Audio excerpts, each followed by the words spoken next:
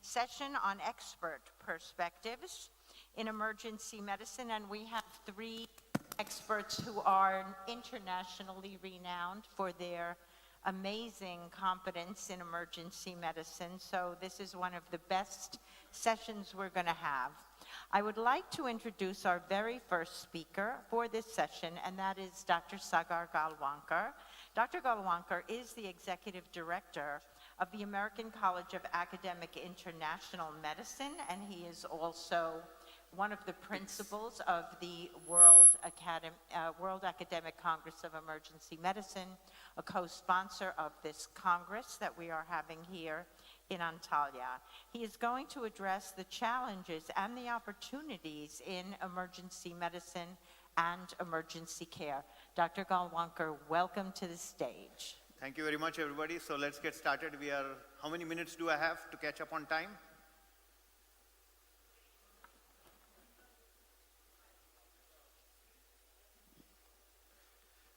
All right.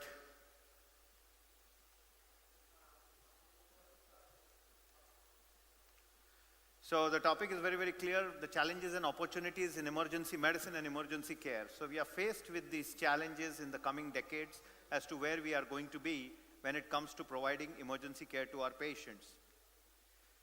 For the point of disclosures, I'm the CEO of IndusEM, I'm the academic director for WASEM and the executive director for KEM. I'm also a full professor at the Florida State University Emergency Medicine Residency Program and the director for research in emergency medicine, including being a staff physician. I work full-time at Sarasota Memorial Hospital. I have no commercial affiliations. I bring you greetings from our beautiful Sarasota Memorial Hospital, a 5-star rated hospital, one of the top 3 in the country of the United States. As regards care by the CMS centers, we have achieved 5-star rating for the last 10 years in a row. For our state-of-the-art care, we are over 900 beds. We see over 100,000 emergency patients every year. The objectives of my talk are very clear. I'm going to discuss about the EM landscape. I'm going to talk about some challenges. I'm going to talk about the EM opportunities you get, and we'll take some questions at the end. Important word, the difference between emergency medicine and emergency care. So up till now, the World Bank is defining all the countries in low or middle income countries. So that technically you have about 32 low middle income countries which are not technically developed. And they have a big definition for World Bank. Well, instead of calling these countries as low or middle income countries, why don't we call them economies in transition? The countries which are low today may become big tomorrow. So technically everybody wants to become big. So calling these countries economies in transition is a better word to address emergency care. So when we talk about emergency care, we are talking about any care provided to patients in near or immediate life-threatening situation. So this age is not a bar. You treat from pain to pregnancy, that means neonate to prostrate. We treat everything, and we treat patients with special needs. There is no such existence of a model, and it needs experts, it needs enterprise, education, and engagement at every level. So when you develop an emergency system, you need to have all these things together to be able to say that you are providing emergency care 24/7, 365 days of the year. Now there is a huge confusion in medicine between what is patient care and what is public health. Everybody is confused, and somehow doctors are being made to believe that they are responsible for the overall health of the country. They are not. Emergency physicians are responsible for the overall health of every emergency patient. They want to do public health, well, that's up to them, but technically their first responsibility is patient care. So let's do a quick review of patient-centered clinical medicine. So patient-centered approach is clinical medicine. There's clinical medical education, clinical research, clinical trials, and then there is patient safety or high quality care. We talk about population-centered, that is public health. There is public health education, epidemiology, biostatistics, behavioral science, environmental biology, occupational medicine. Research for epidemiological data, mass coordinates, data points, and then creating sustainable system is public health. It's not patient care, but public care. So I look at every challenge in the world is for a pestle formula. Pestle formula is a formula which revolves around political, economic, social, technology, environmental, and legal framework. So you talk about policies and commitment in political, while you talk about financing in public and private sector, you talk about social and practices and health, you talk about technological advances and whether that country accepts those advances. You talk about geography in environment, culture, education, and the climate of that country to be a political climate, environmental climate. The legal framework also makes a very big impact when you talk about developing or a system and what are the challenges and opportunity in every system. So when we talk about emergency care, these are the fundamentals of which are very, very important. First is sensitization. How sensitized are the people and the policy makers to emergency care? What is their acceptance? What is their commitment to developing emergency care? What is their engagement? Are they really thinking? If a prime minister of a country does not have an emergency physician on his roll call to take care of his health, but he has 50 bodyguards, you're never going to develop emergency care in that country. As simple as that. So the monitor of emergency medicine is dependent on the premier of that country having emergency care at his fingertip. If he does not have that, automatically the barometer is that your country is not going to have good emergency care. If they have more security, then you are going to have more defense spending. As simple as that. So it's the mindset. Do you have trained people? Do you have government people? Do you have policies, processes, protocols? Do you have vigilance? Do you have accountability system? And do you have solutions based on the systems? All this matters when it comes to challenges and opportunities. Now, everything changed over the last decade. We went from a small hospital to be facing global challenges. That means we are no more in a world where cardiac arrest is only the thing you manage. You faced global emergencies as Zika and COVID and Ebola over the last 10 years, which told you that there are challenges of emergency medicine across borders. And so came the concept of global health security. Model which came into practice about 10 years ago. It was an agenda as per USAID, which doesn't exist anymore. But the Global Health Security Network exists, and it had over 70 countries. It had international health regulations. And the real test of GHS was COVID. And I think we did very well in COVID. We could get over it in 1.5 years. It was a global challenge. And we worked. People tried hard. There were many challenges, fake news, vaccine, pro-vaccine, but we did well. And all these things which were put into play before COVID were tested, whether they work or not. Now, today, in emergency medicine, what is the major challenge? For me, from my perspective, the greatest challenge to emergency is overcrowding. Overcrowded emergency departments are there because of multiple factors. So why do patients wait in the waiting room? And that is one factor, that they just show up in the waiting room. Why do they not clear the waiting room is another factor. So one is, if you go to a person making money or a hotel making money, they would love to be overbooked. So as a system which makes money, we should love that patients are wanting to get emergency care from them. But why are we not clearing the waiting room then? That is important. So lack of uniformity of education. The hospital is not educated in maintaining the flow. In the case of airports, planes will only make money if they are flying. If the planes are not in the air, you don't make money. The parked planes don't make money. Somehow hospitals don't realize boarded patients don't make money. They stagnate the flow of money. There's a lack of uniformity. One hospital is not the same as the other. There's a lack of operational management skills in emergency physicians. Emergency physicians do not understand the concept of patient flow. They do not understand the concept of throughput. They don't understand the concept of input. You have this migration, refugee crisis. You have conflicts, war, and CBRNE threats all the time, which are there along with overcrowding. So you are dealing with a lot of things. We came up with a WHO paper which was done last year. It took us 1.5 years. It's a fantastic paper which talks about overcrowding and the principles of overcrowding in a billion people population of India, and how do you look at that model of emergency care and why overcrowding is happening. There's no other country as crowded as India. And we looked at those criteria. We had a national consultation. Then we come to the concept of EM divide.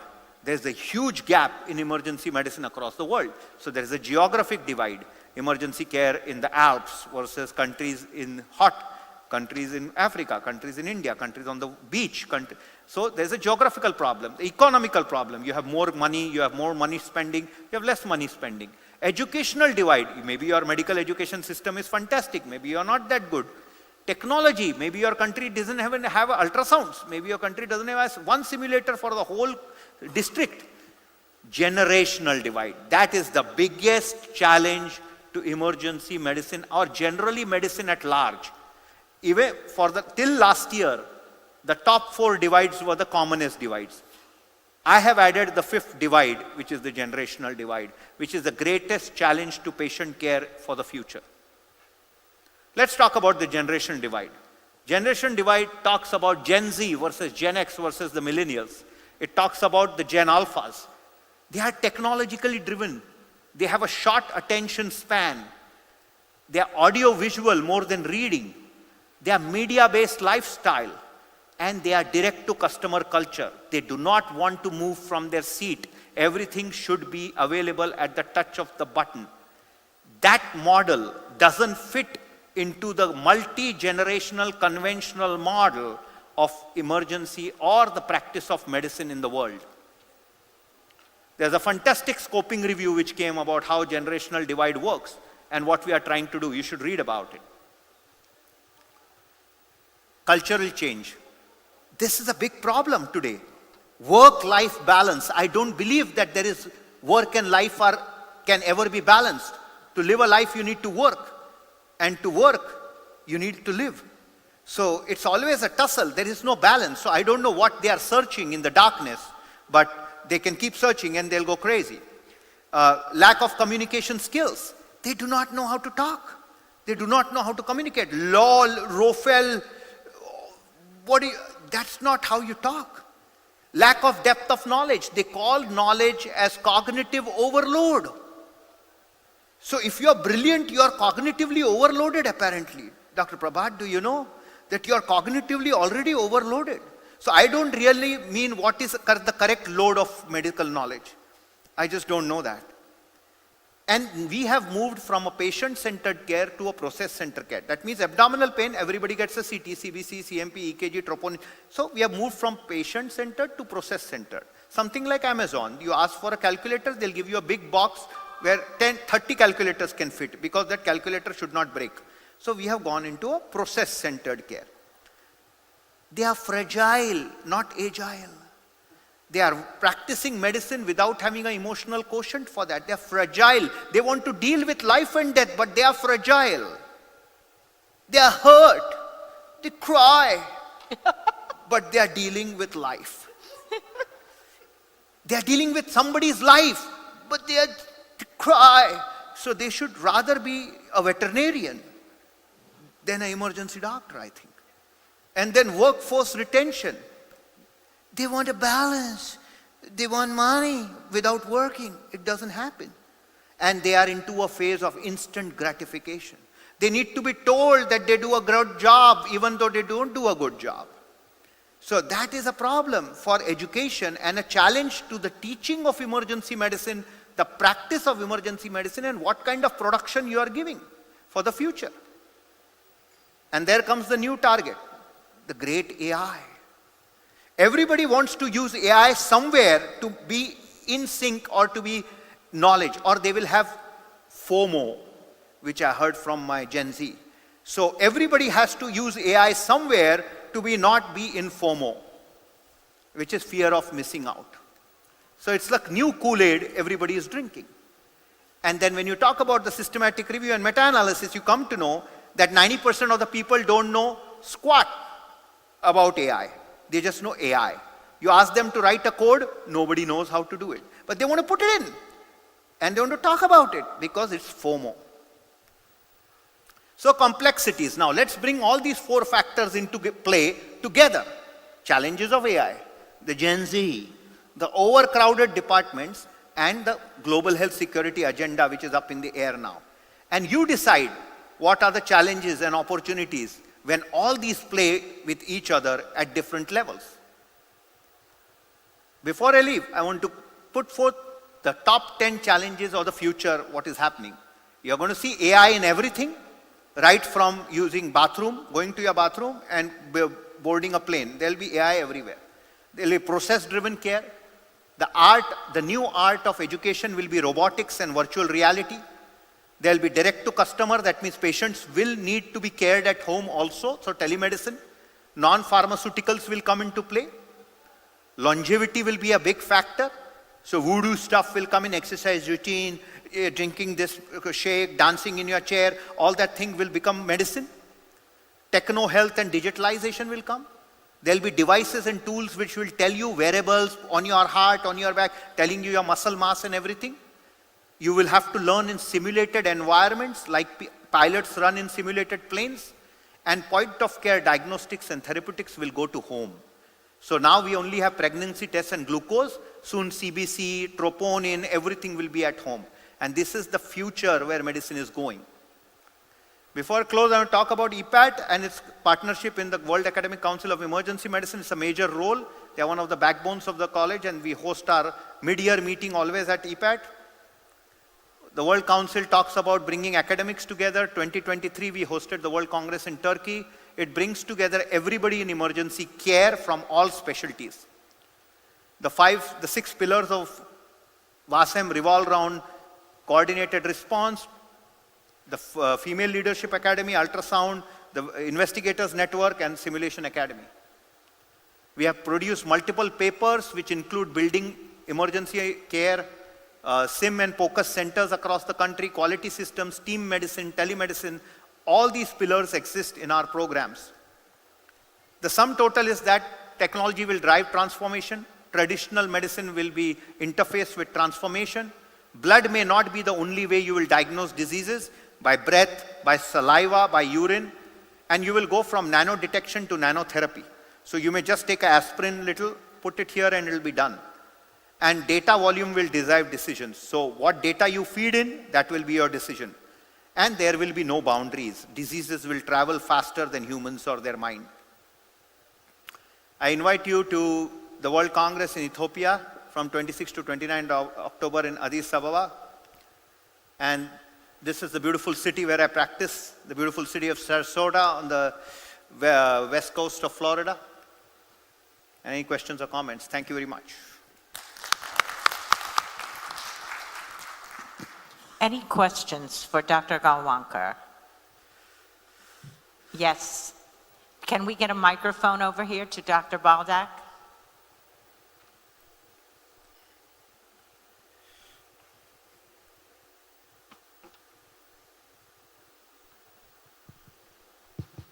Thank you for your presentation. And you mentioned that the generational gap between us and them, our trainees and trainers, are getting bigger and bigger.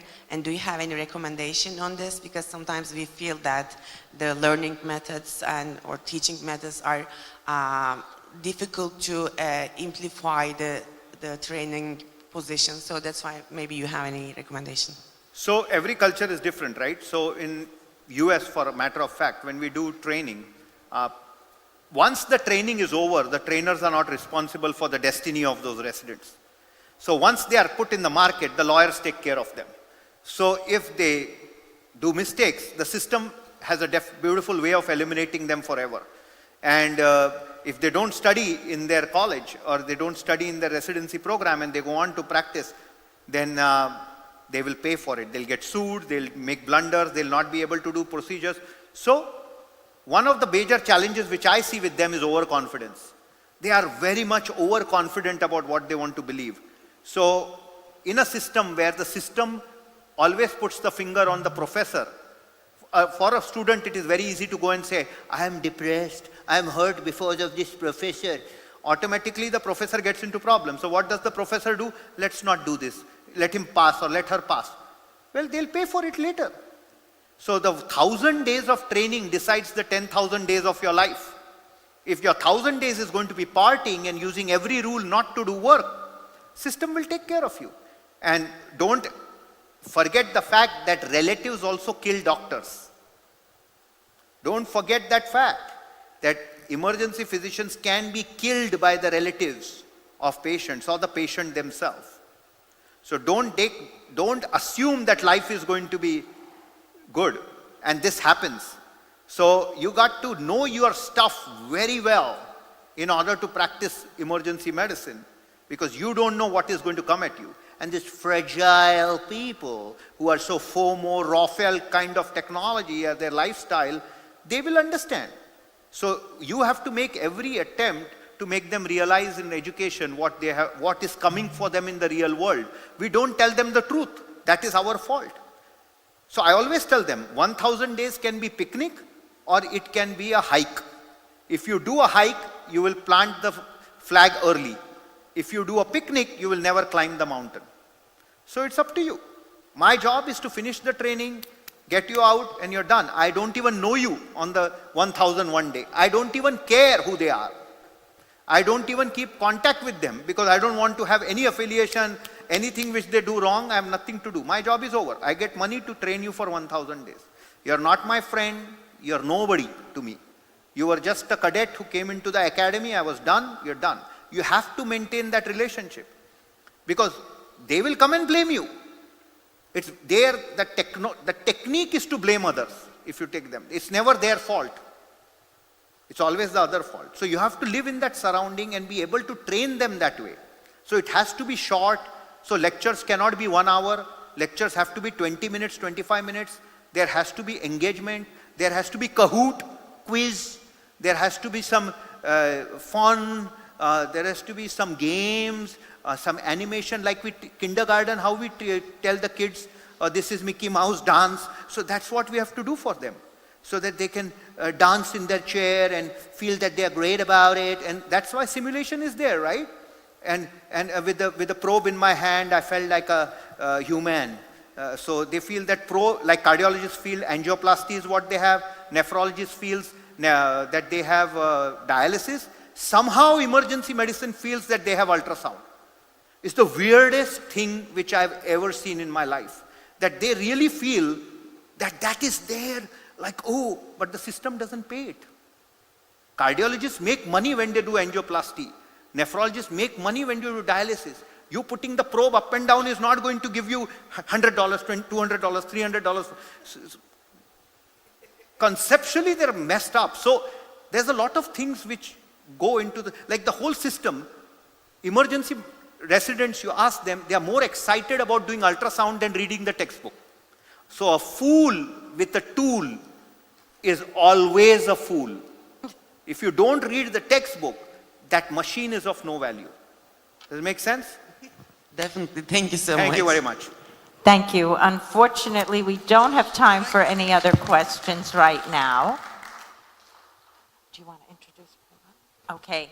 Our next speaker is also a well-known expert in emergency medicine, Dr. Prabhat Nanayakara. He is a professor at Amsterdam University Medical Center, and he is going to talk to us today about the noble art of leaving out. Thank you very much, Dr. Moreno. Thank you very much. It's an extreme pleasure to be here. So, yes, I'm a full professor in Amsterdam University Medical Center. Besides that, I write music for fun, release them. So I do all sorts of things. And today I'm going to talk about the noble art of leaving out. People will recognize this painting. This is a painting from Mondrian. This is called Victory Boogie Woogie for the people who like it. I'm going to talk about the rodeo project and how a concept which is developed in a small room with a secretary can take you a journey of about 15 years, end up using AI. What is the rodeo project? This was a project which we started about 15 years ago because we had the feeling that we were doing too many tests in a patient when they come in. Saga just described about all kinds of panels of tests which we do. If you look at CT scans, every 10 years, CT scans have doubled. You know about it, we have talked about it very extensively. That's why I just put it also. This is Abraham Verghese, you know, the famous doctor from US who talks about the value of touching and talking to a patient. One of my hobbies 10 years ago was just going to frequent flyers and talking to them, trying to get just a normal history. These are 3 case reports I wrote in Lancet. One, what have we here, man or a fish? Somebody who was depressed because he smells like a fish. This is called trimethylaminiuria, described in Mahabharata 3,000 years ago, described by Shakespeare, just talking to somebody and doing a test, not doing all kinds of panels. Bumpy ride to a discarded diagnosis. This was a lady who came to the ED for 8 years, almost every 6 weeks, because she had a kidney stone, a kind of pain which was related probably to kidney stones, but nobody couldn't find a kidney stone. Just talking to her, because she always got the attack when she walked a lot, end of the day. This is called nephroptosis, the wandering kidney. A man with a fever and a persistent hand grip, a man who came to the ED with fever all the time. Nobody could find anything except small spots in the lung. And he had dystrophic myotony. And I still remember, you know what dystrophic myotony is? They cannot release the muscles. So after I made the diagnosis, I went back to the patient and asked him to release his fist. He couldn't. I asked him, why didn't you tell anybody about it? He said, nobody asked me. For 15 years I've been coming here and nobody asked me. So we overestimate the tests we do. And also we live in our own bubble. If you look at per 100 population now, these are the number of patients who come. Saga talks about ED overcrowding. In Portugal, 77, in US, in Canada, Luxembourg, and when it comes here, Holland, it's about 12. Our EDs are empty, mostly. Germany, because the GP system is much better. The GP screen lots of patients. So when you talk about an emergency patient, it's not the same. Every country has a different kind of patient. I mean, look at the money we spend on emergency care, of care in US. Even in the Netherlands, where I work, about 10%, 11% of the GDP. These are very rich countries, and in India, it's 3.3%. Is the care very much, much worse there? Yeah, maybe for patients who are really sick. But for the bulk of patients, what they need is just tender, loving care. Talk to them, just examine them, and just try to make a diagnosis. And same thing, the money, I mean, we spend lots of money on tests and all that. Patients pay a price. This is in the US. How many people will go bankrupt? But in other countries, the same thing. So what did we do? We said, about 15 years ago, we said, we just want to see how can we reduce unnecessary diagnostics. And this is a review. This is a review which was written that about 20 to 30% of the tests we do not contribute in retrospect to decision making. And we have done it also in the Netherlands. One of my colleagues took 100 charts and just looked at what have we done, and then found out that about 30% of the tests were not necessary in retrospect. So what did we do? We said we are going to talk to our doctors, and we are trying to change attitude, change thinking, and change behavior. We increased the supervision. We not only look at diagnostic reasoning, but we looked at therapeutic reasoning.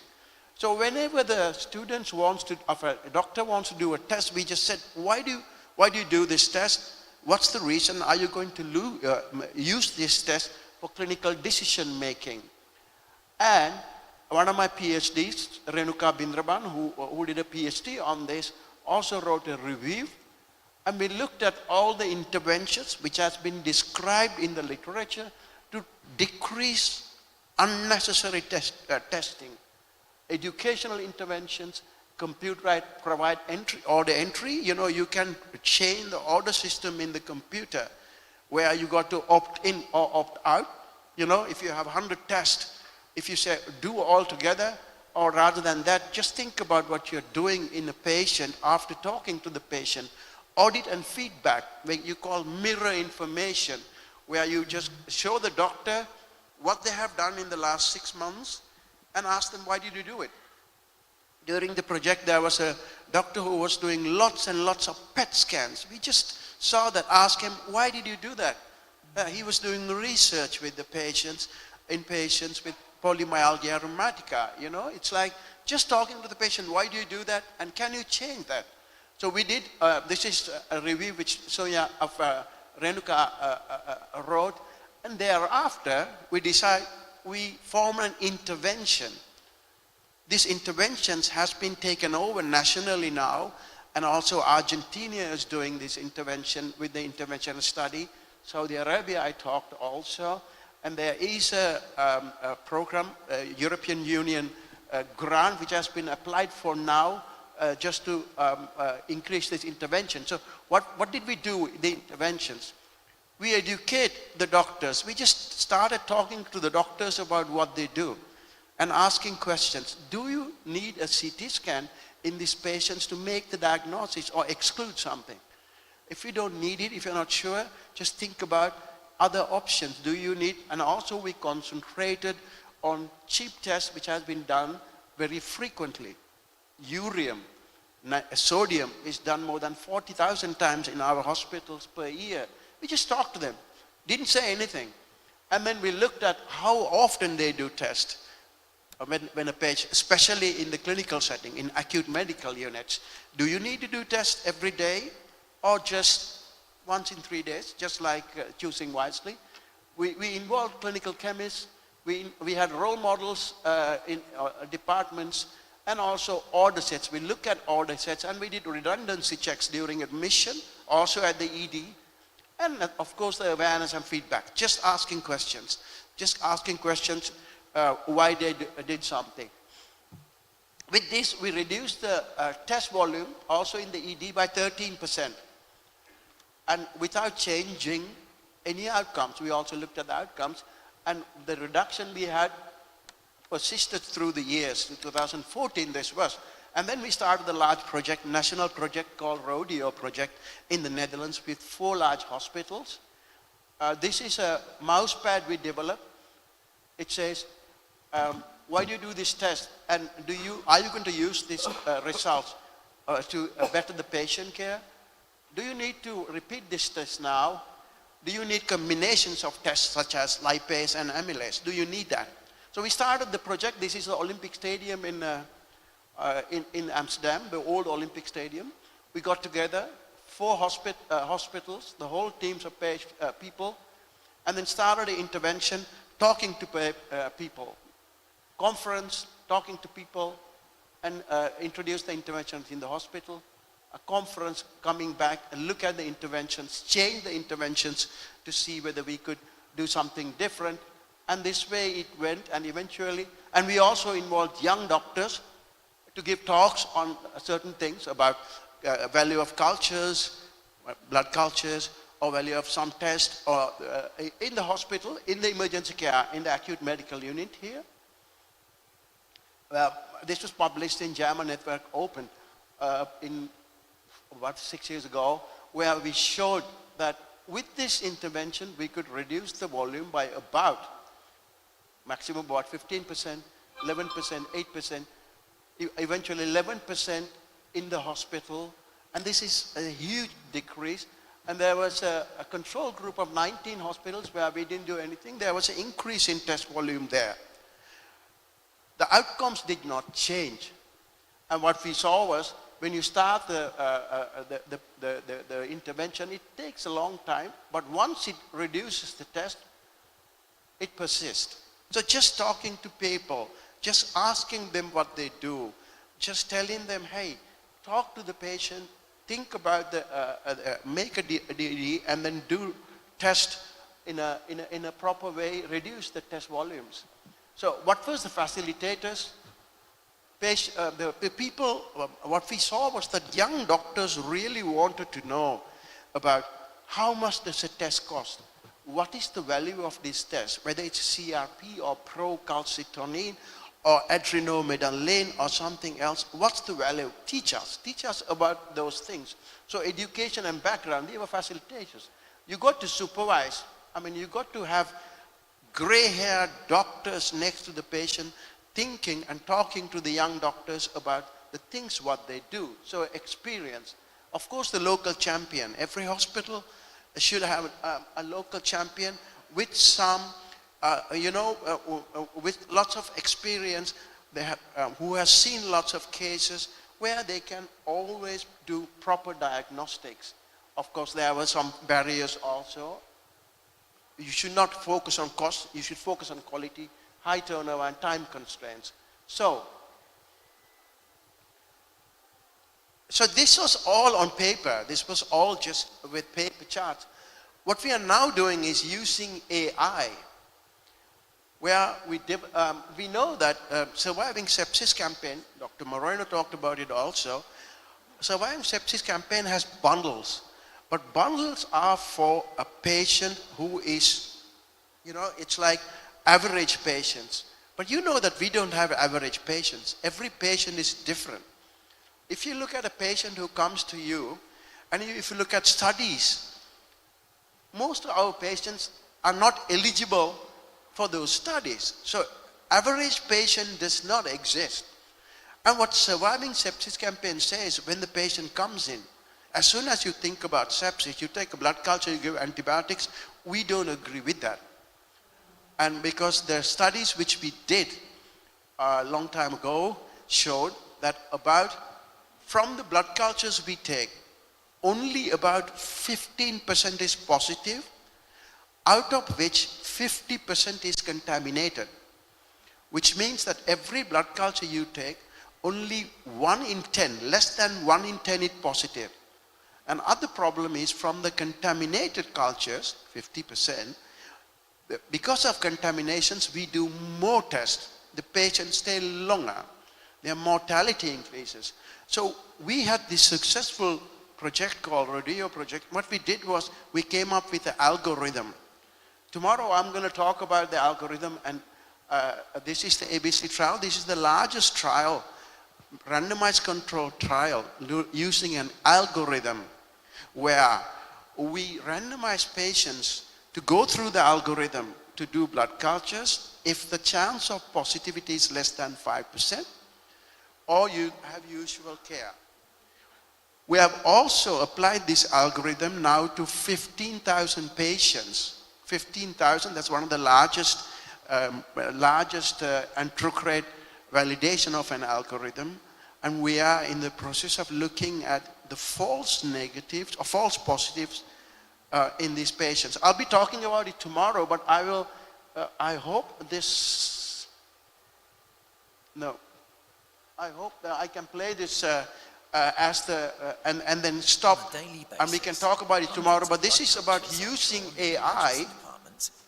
No, I don't think I can play it. This is about the study, so what we do is, when a patient comes in, when a doctor says, I want a blood culture, we put the algorithm working. And if the algorithm says the chance of positivity is less than 5%, we advise doctors not to do the culture.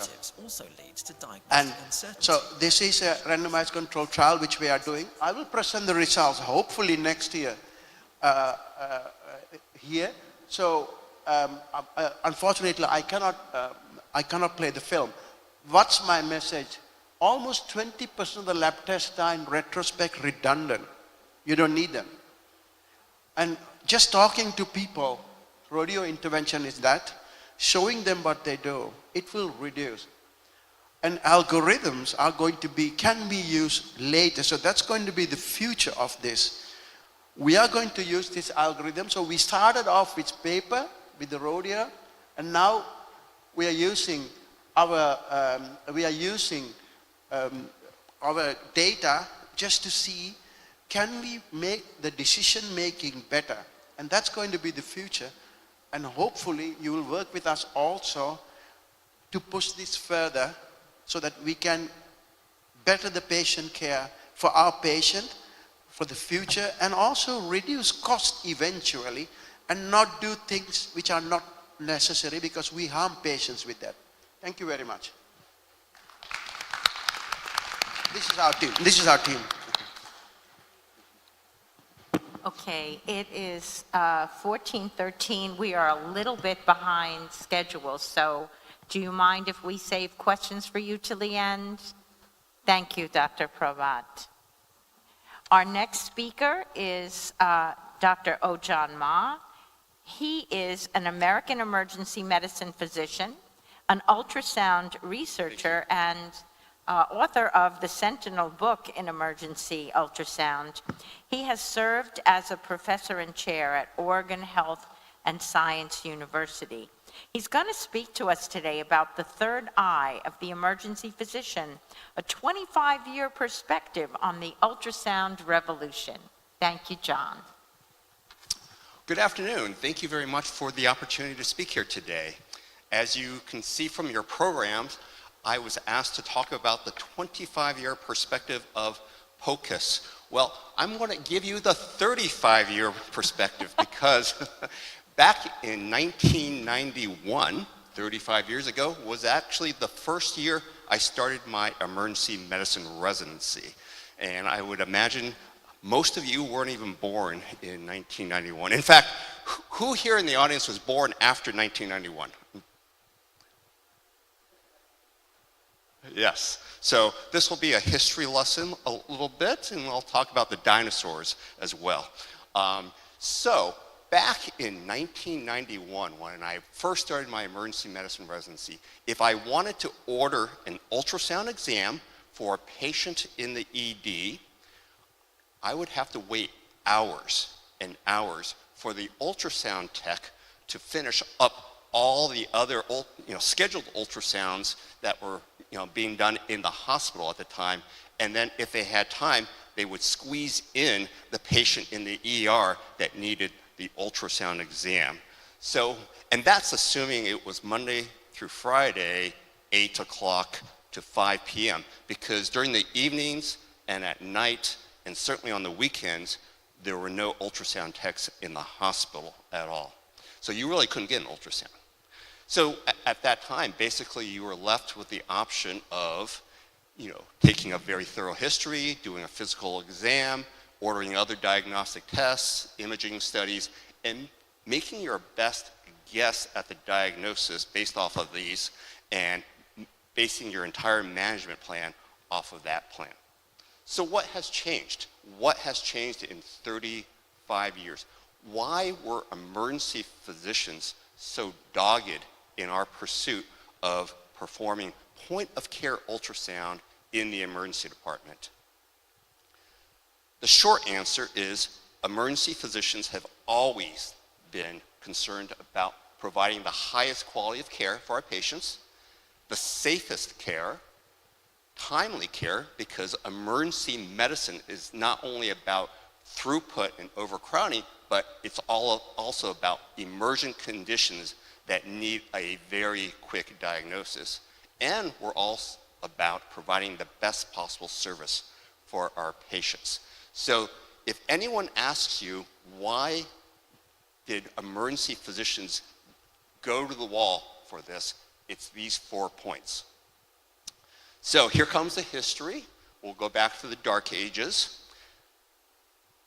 Back in the 80s and mid-90s, let's just say a patient, a 65-year-old man, presents with acute onset of low back pain. Dr. Lisa, I'm going to put you on the spot. You pick up the chart, 65-year-old guy, low back pain. What's your differential? Just kind of off the top of your head. What are you thinking about? What are you worried about?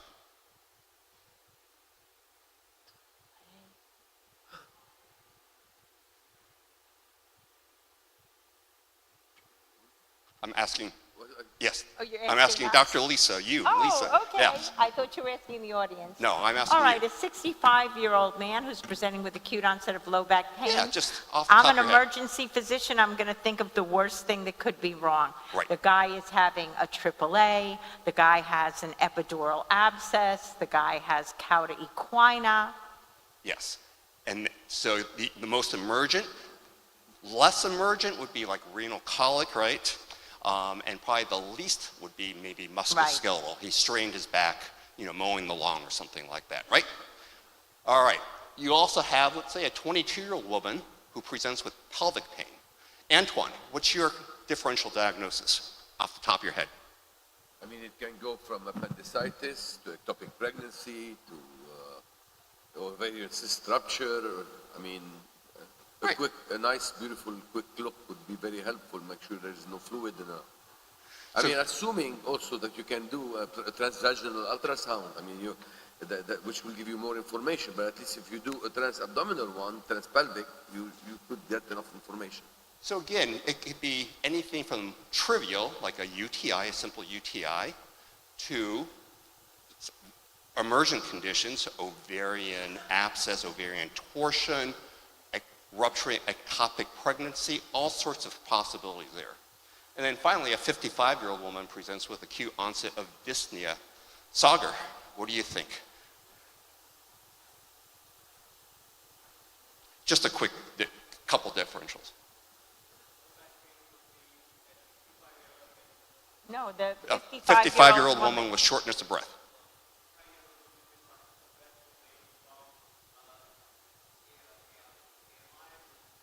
Right.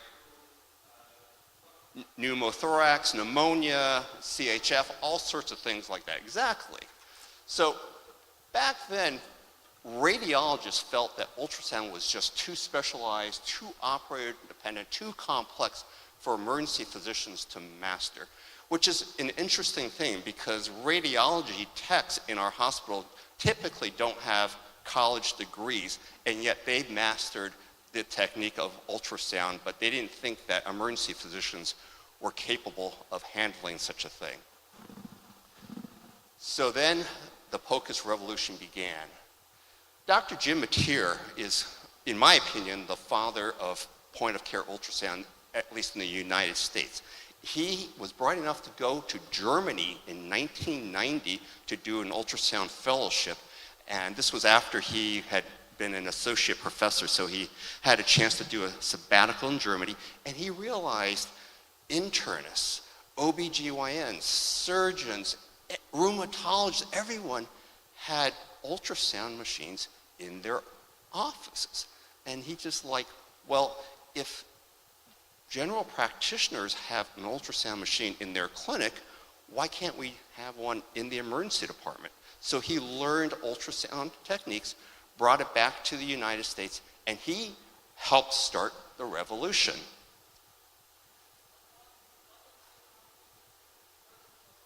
I can't.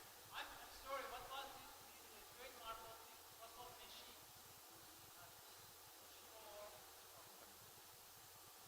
I want you like to learn the trademark. I mean that the ultrasound machine, Toshiba or Siemens. Or Yeah. what was the first one? Back then, let me think about it. I do know the answer. I can't remember. So what helped start the revolution was research, and everyone associated with WASM will appreciate the fact that everything needs to be data-driven.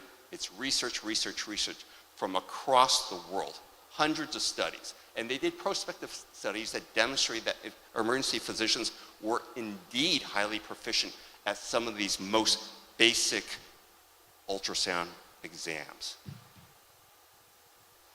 Of course, technology played a huge role. Isha pointed out that this one on the left, back then in probably 1990, that machine, I think, cost about $140,000 US, and it weighed, 500, 600 pounds. The big jump was going to these laptop-sized ultrasound machines, probably late 1990s, early 2000s. And as you can see, those things you can just pick up and take it room to room. So it literally became point of care. And those machines initially probably cost about $20,000 US, went down to about $10,000 US. And then finally now we can do ultrasound exams on our smartphones. So technology obviously played a huge role. Emergency medicine residents in the United States started demanding to learn this new skill. So during residency interviews, one of the first questions would be, hey, am I going to be learning POCUS here during my residency training?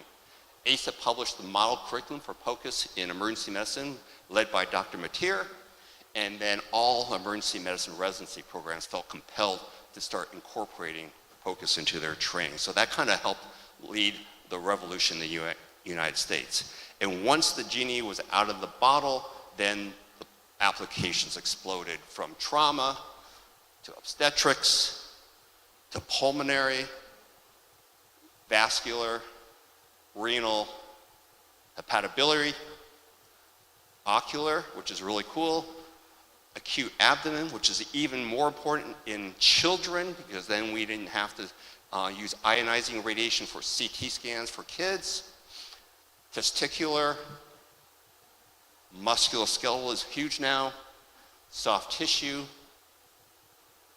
vascular access, and lumbar puncture. So all sorts of ultrasound guided procedures to make things much, much safer for the patient. So speed and efficiency, we've talked about, huge role. The global health impact also in areas with lower resources where they can't afford MRIs or CT scans, point of care ultrasound is perfect for that. And it's all about training the next generation now. So this is me showing my son's 4th grade class how to do ultrasound. And again, radiologists back then said emergency physicians couldn't learn.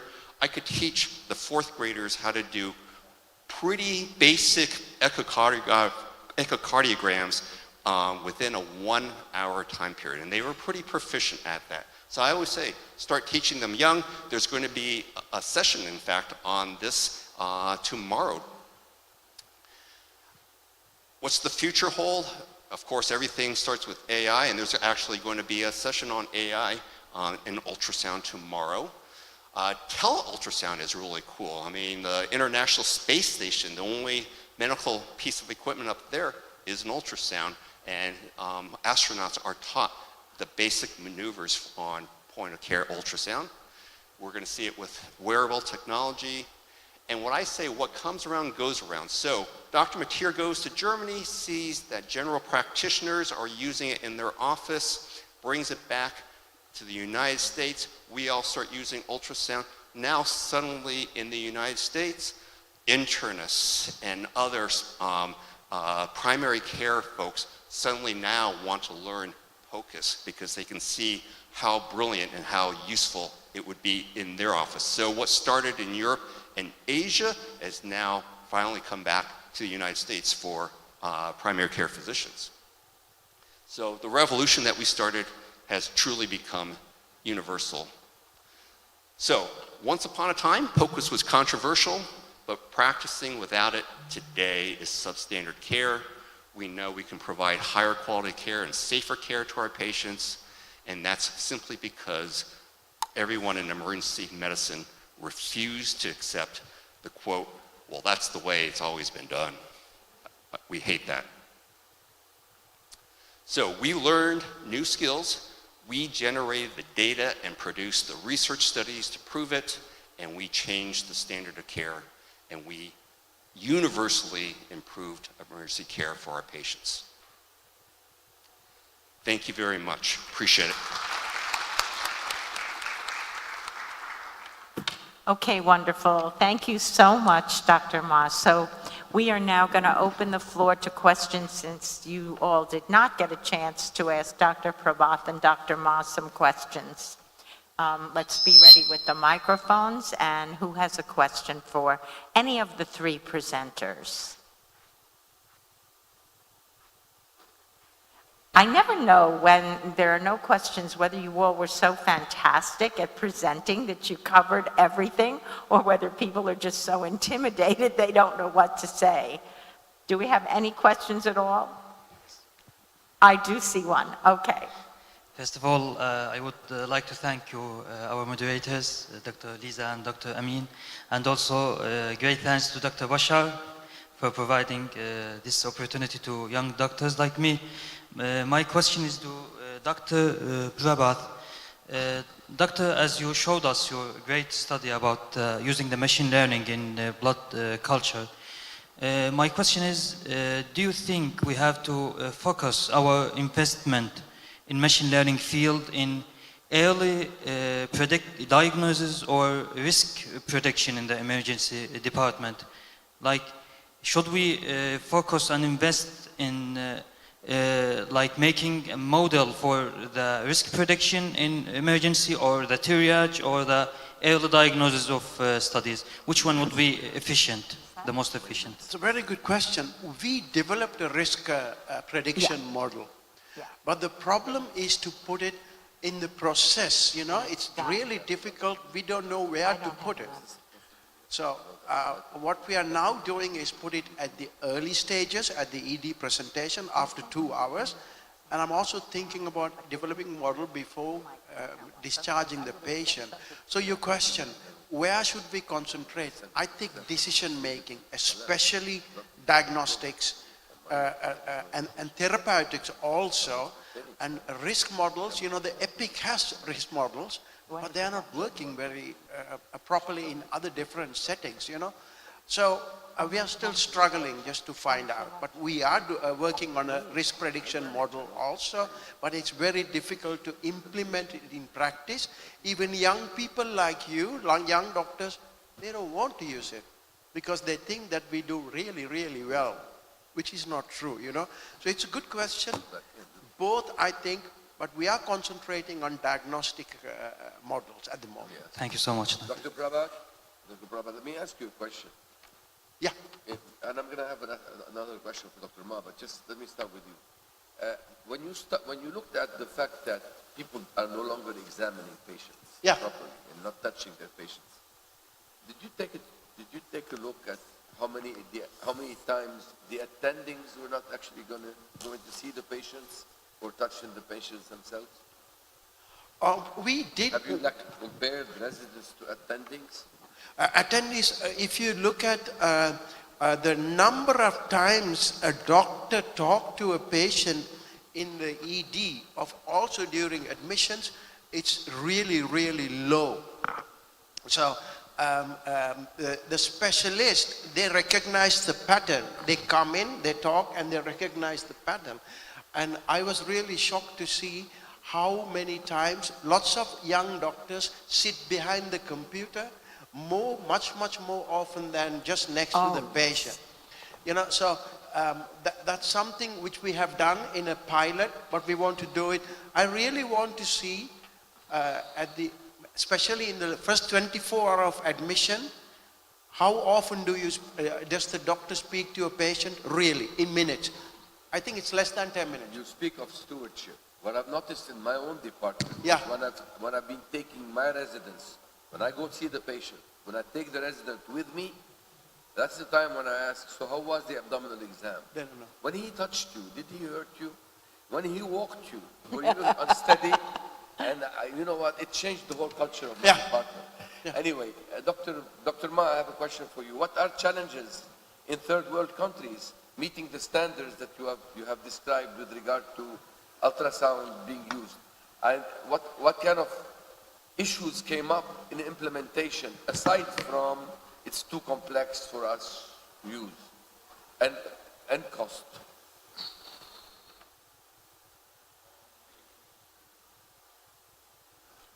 I think he needs his mic turned on.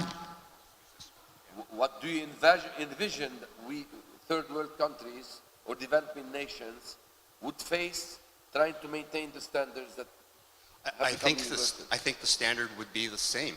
It's still all about using it efficiently, intelligently, and the training for the younger physicians. I don't see any really difference between a quote third world country versus a more industrialized country. See what I've noticed. Can you use your microphone? Let me give you a couple of what we're seeing. Can you use your microphone? We can't really. You don't hear me. When what I've seen in our department is that when we've trained our physicians to do ultrasound guided central lines, and they go into the community, you know, we have maybe 20 tertiary care centers that have really support and money and funding to be able to afford an ultrasound machine, perhaps in an emergency department, to afford the devices. But when they go work in community hospitals, then they have to do these accesses without ultrasound. So there is a gap. Training people to rely on devices perhaps has its own backlash, because our physicians may find themselves in situations where they cannot really rely on an ultrasound to perform their procedure.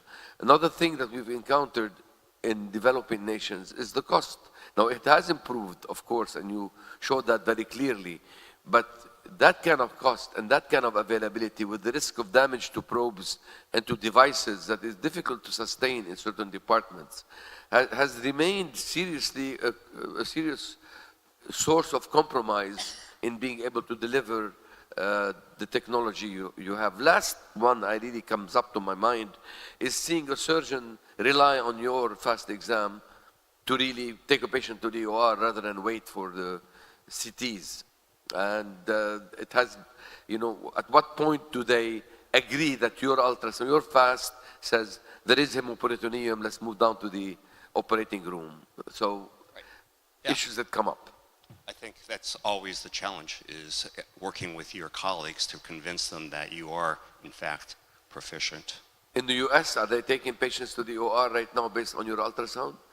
Absolutely. Okay. I presume so. Lisa, I know we're over time. I have one quick question. Is that all right, or do you want to end it? I'm sorry? I'm asking you, I know we're over time for the session. Can I ask one last question Yes, for yes. Dr. Sagar? You artfully discussed the younger generation of physicians and some of the challenges that we face. So it's interesting. I have a couple kids in medical school, and I showed them there was a paper that was published in 1989 in JAMA called "The Art of Pimping," and I'm not sure anyone's familiar, but it was sort of written in tongue-in-cheek about pimping medical students and residents, and it was just one of the best written things. And they said pimping is no longer allowed because it's sort of a form of harassment. But really, pimping is still Socratic teaching, right? So how do we come to terms with that type of tension? So that is a very interesting thing you brought about, because I learn every day from 3 people in my house. First, I don't know anything in my life, so my wife teaches me everything every day, every minute that I don't know anything. That's a common to all people who are married. And secondly, you have 2 daughters who are Gen Z, and they teach you things which you don't know. So when you talk about Socratic method, I attended a workshop on how you have to talk to Gen Z. So it cannot be directly putting them on the spot. So there are different techniques to teach them. They do not like to be put on the spot unless it's a game. So unless you're going to give them 5 to 10 points to make them happy and clap in their chair, they are not interested in answering that question. Secondly, the other part is you cannot pimp them. So the art of humiliation is no more education, because they think Socrates' method is humiliation. The art of motivation is education. So the art of motivation means you tell them, oh, I'm going to give you points, I'm going to give you a little Cadbury chocolate at the end of it, or I'm going to give you a $5 Amazon card, and then they will dance in their place and they will participate. And that's the same thing, but you have to repackage that whole thing into a quiz or a little prize or something like that. And that's how they are trained, like they're playing video games, they're looking at reels. So they do things differently which you and me are not even aware. So that is the new change. They do not want 30-minute lectures. They want just 20 minutes, points. They don't want to know why this is happening. They just want to know what is there on the top. They know how to answer board questions because AI knows to tell them all the questions. And then they know, and then we tell them you have all the knowledge. So they believe that you have all the knowledge and they are brilliant. And then they go and kill people. So it's a big cycle. So just remember one thing. I tell all the teachers, this is the same people who are going to put a center line into you and me 20 years later. Prabhat, remember this. So what we are doing to them is going to come back to us when they put a line in the carotid instead of the jugular. And another teacher will be saying, you did a great job, or there may be no teacher. There may be a robot telling them, you did a great job. So think in those terms when we talk about it. And really, you can look around the hall today, and that tells you what is the future of medicine. That exactly tells you what is the future of medicine. So but I would like you to go to the swimming pool, I would like you to go to the beach, and that is the future of medical care and patient care. Thank you very much.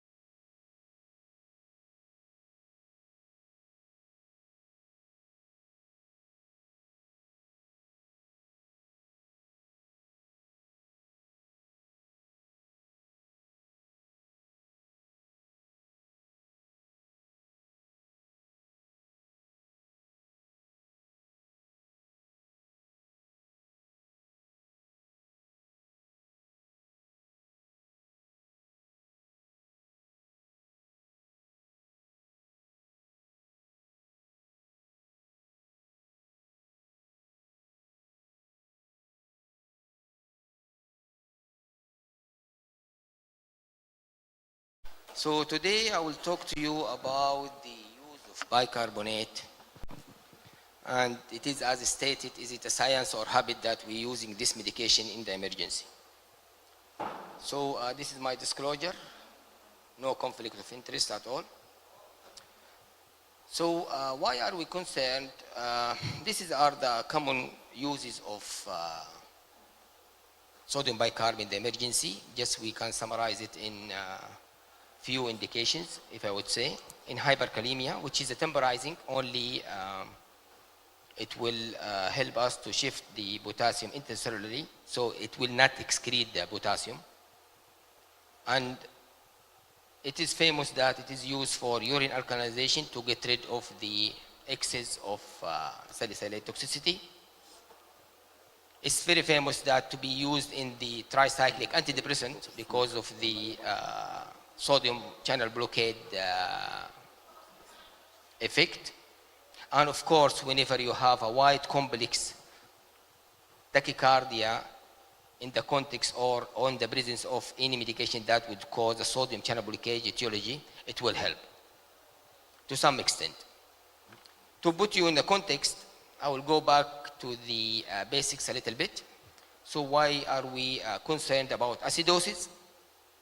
It causes decrease in myocyte contractility, and that will ultimately lead to pump failure. This is why we are concerned about acidosis, and we want to fight it, we want to treat it.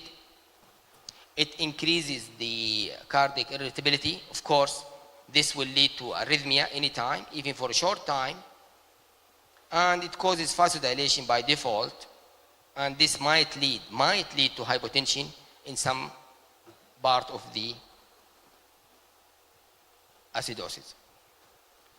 The other important thing that it decreases the catecholamine responsiveness. So this is why sometime your pressure does not work. So in very bad acidic media, whenever you give pressures, it will not work. So you need the help of the buffering agent to make the pressures work better. Of course, it will blunt the immune system, and this will lead to infection, ultimately to sepsis.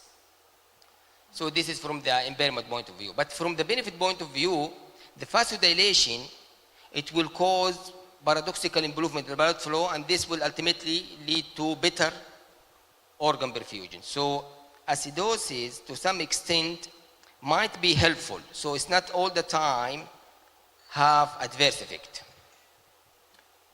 One thing more here, if you look at the oxyhemoglobin curve, acidosis will cause a right shift, and this will cause decreased affinity to the oxygen. So the oxygen will not be held from delivery in the acidotic media. It will be easily released. And this will give us a benefit also that it might enhance the organs with oxygen. On the other hand, the sodium bicarb will cause the opposite, will shift the oxyhemoglobin curve to the right, to the left. So acidosis will shift to the right, and bicarb, the alkalosis, will shift it to the left. And this will cause increase of the affinity of the oxygen, so less release to the tissue, less delivery. It is very high osmolality, very high osmolality, but they don't write for you 2,000 millimole per liter. They write 2 millimole per milliliter. So to just to make it looks less, actually it is the same. So 2 millimole per millimeter is similar to 2,000 millimole per liter. And the risk of pulmonary edema and cerebral edema is pronounced. We'll see some examples now about this one. Again, the over-alkalosis will cause hypokalemia, although it is transient, but in that time, it will cause a prolongation of the QTC as an effect of hypokalemia and predispose the patient to cardiac arrhythmia. It is also can decrease the ionized calcium up to 10%, and this will cause hypocalcemia, decrease the myocardial activity, and decrease the stroke volume. Ultimately, it will cause hypotension, which we call it a paradoxical hypotension. This is a very well-known phenomena that it will cause paradoxical acidosis. This is well-known. We'll explain it more. CO2 will be generated because of bicarb, and it will cross easily to the inside the cell, and it will cause intracellular acidosis. How this happen? And it is more pronounced when there is respiratory insufficiency. It will be even worse. This is how it happens. As you see, when bicarb enter the body, it will be converted to carbonic acid. This will be divided into CO2 and H2O. It will diffuse inside the cell and cause intercellular acidosis. If the patient has no good respiratory support, this will be very pronounced. So the acidosis will be very bad in this case. Look at this. See the spike of BCO2 level after giving a bolus. So number one message is we are really against the bolus of the bicarb. And if there is a really need of bicarb, it's really not advised to give it as a bolus. So no IV push. See how the spike of the CO2, BCO2, that will occur. From the DKA point of view, there is tons of articles talking about, and still people are not convinced. They divide it above 7, below 7, tons of articles. Extensive evidence showed the no mortality benefit. Very pronounced cerebral edema to pediatric in DKA. And tons of studies showed that there is no resolution of acidosis because of bicarb, and it does not shorten the recovery time. Two articles, strong articles, have released, and they recommend that there is no routine use of bicarb in ACLS and BAS. Now it is validated that they don't make it as a routine use as before. And they studies showed that there is no improvement in the ROSC, it will not improve the ROSC, and no survival to discharge. And they found in a pediatric there is significant increase in mortality. And in adults, it is a potential harm. This is by Resuscitation and the Journal of Emergency Medicine. Still, it is, with courtesy, it is authorized for non-hyperkalemia and non-sodium channel blockade overdose. It might be of benefit. Again, another review article that is in 2023 reviewed the evidence of critical ill patient in the ICU. Their recommendation is no routine use for the DKA, cardiac arrest, shock, or hyperkalemia even, because it is a temporary measure. So your expectation of bicarb should be up to limit. Despite the theoretical benefit, they also said that there is evidence is not strong or does not support improving the clinical outcome. Another review, other than that one, of the Journal of Emergency, that it is released also in 2023 of bicarbonate use in a common scenario. Again, they reinforce on DKA that does not improve outcome and may cause harm. They added also the concept of urine alkalization in rhabdomyolysis. So it does not improve outcome, between brackets, it does not save the kidney. Yani you will not save the kidney by adding urine alkalization to the rhabdomyolysis. They said it might be beneficial in non-anion gap metabolic acidosis. But let's go deep into this one. So what is the physiology of this non-anion gap? It's a true deficit. It's a true deficit of the bicarb, and that comes from the true loss, which is one of the good examples is diarrhea and type 1 renal tubular acidosis, in which this one acts at the distal tubules. And the, I would say, iatrogenic, physician-causing hyperchloremic metabolic acidosis that we have talked in detail last year that we are causing to the patient hyperchloremia, causing non-gap hyperchloremic metabolic acidosis ourselves by giving the patient the so-called abnormal saline. And even though, although they recommend the bicarb is part of the management of the non-gap metabolic acid, they say that you will start with fluid resuscitation, balanced fluid. So it's not NS, it's not sodium chloride, it's a balanced fluid, either ringal lactate or plasma light. Treat the underlying cause, then you might consider bicarbonate replacement. So it is not a straightforward true indication, it is part of the line of the management. And this is one of the nice protocols that we might use to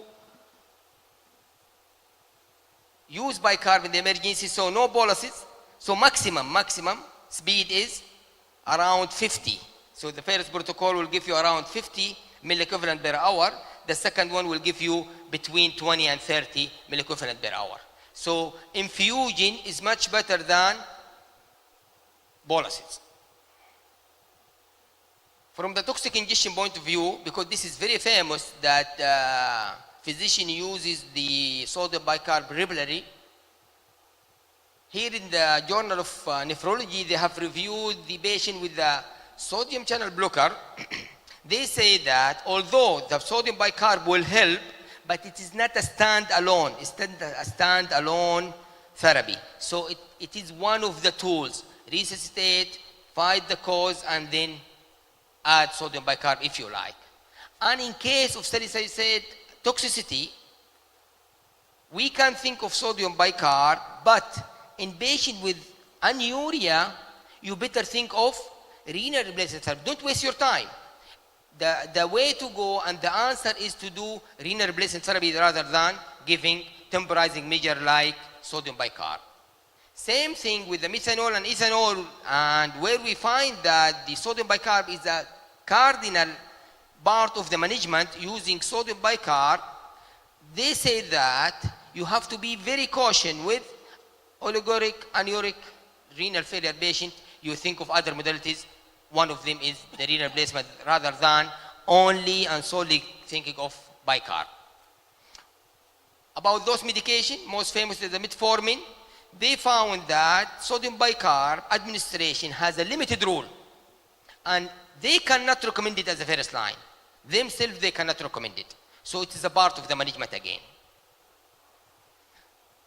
Emergency Medicine Clinic of North America, they release also their statement that you have to be very judicious using sodium bicarb for metabolic acidosis, and they discourage using sodium bicarb to treat metabolic acidosis in the context of toxin induced.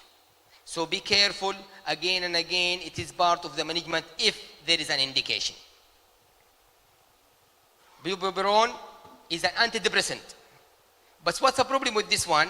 It does prolong the QRS. But the mechanism of action is totally different. Totally different. It is inhibiting the cardiac gap junction. This is why the QRS is prolonged. It's not a sodium channel. So in this, they found that the sodium bicarb decreased the QRS by 2 milliseconds, which is a trivial number, cause nothing. It will not help at all. So not all antidepressant toxicity, you can just use the sodium bicarb and feel happy you're treating the patient. That's no. You cannot talk about the sodium bicarb and you don't mention the landmark study, the bicarb ICU. We'll review it together. So this one is the one published in 2018 by Lancet, and they found that there is no improvement in all-cause mortality and not even the number of organ failure. But they found that with the AKI subgroup, there is a decrease in mortality and decrease in need of dialysis in the same study. And then comes another study in the mid of 2025, released by the ICM regarding the sodium bicarb for metabolic acidosis. They found a small number, but it is statistically significant reduction in mortality. When I review this article carefully, see what I find. Here, they have used the E-value, which is the expectation value, which is stronger than the probability value, which is the p-value. But look at this one. None is significant. It should be close to 0 or at least less than 1. So there is a large unknown or unmeasured confounder. So this would make the results questionable, that we doubt the benefit of this sodium bicarb because of the inappropriate E-values. Then comes the bicarb ICU2, which is released in the late 2025, October 29th, and they have studied the exact problem that they had in ICU1, bicarb ICU1, which is the severe metabolic acidemia in the context of acute kidney injury. And they have found that sodium bicarb did not affect the mortality at all. And you can see here the absolute difference is negligible and the p-value is not good. So there is no actual benefit of using the sodium bicarb even with the AKI patient. So in general, to summarize, so I can say that please have less expectation on the results of bicarb when you use it in the emergency, especially for the well-known habit that we are using for lactic acidosis, cardiac arrest, DKA, rhabdomyolysis, and hyperkalemia. You might think of it and consider it when treating non-anion gap metabolic acidosis. The famous one is the hyperchloremic one. So always address the underlying cause, resuscitate with a balanced fluid, then think of bicarb, and it is preferred to be infusion, not bolus. Before I close, if you go to the pamphlet of the manufacturer, this is the manufacturer of the sodium bicarb, they say clearly contraindicated in patients who are losing chloride by vomiting, continuous gastrointestinal section. This is the exact wording, I did not modify it. And patients who are receiving diuretics and produced hypochloremic alkalosis, this sodium bicarb is contraindicated. Thank you very much.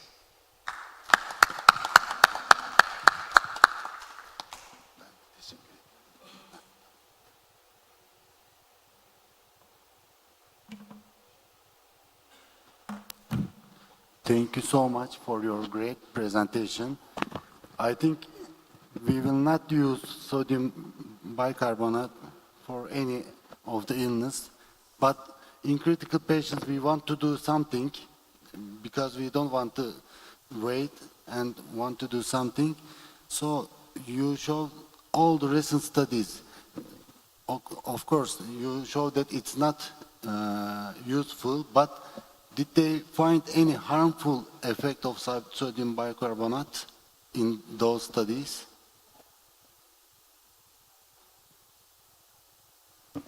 It is clearly showed by some studies, sometimes it is harmful.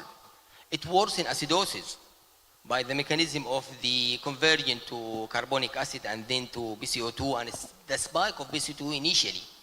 And the initial electrolyte imbalance that is caused by the bicarb for irritable and suitable patient, it will cause a severe arrhythmia, either by hypokalemia or hypocalcemia.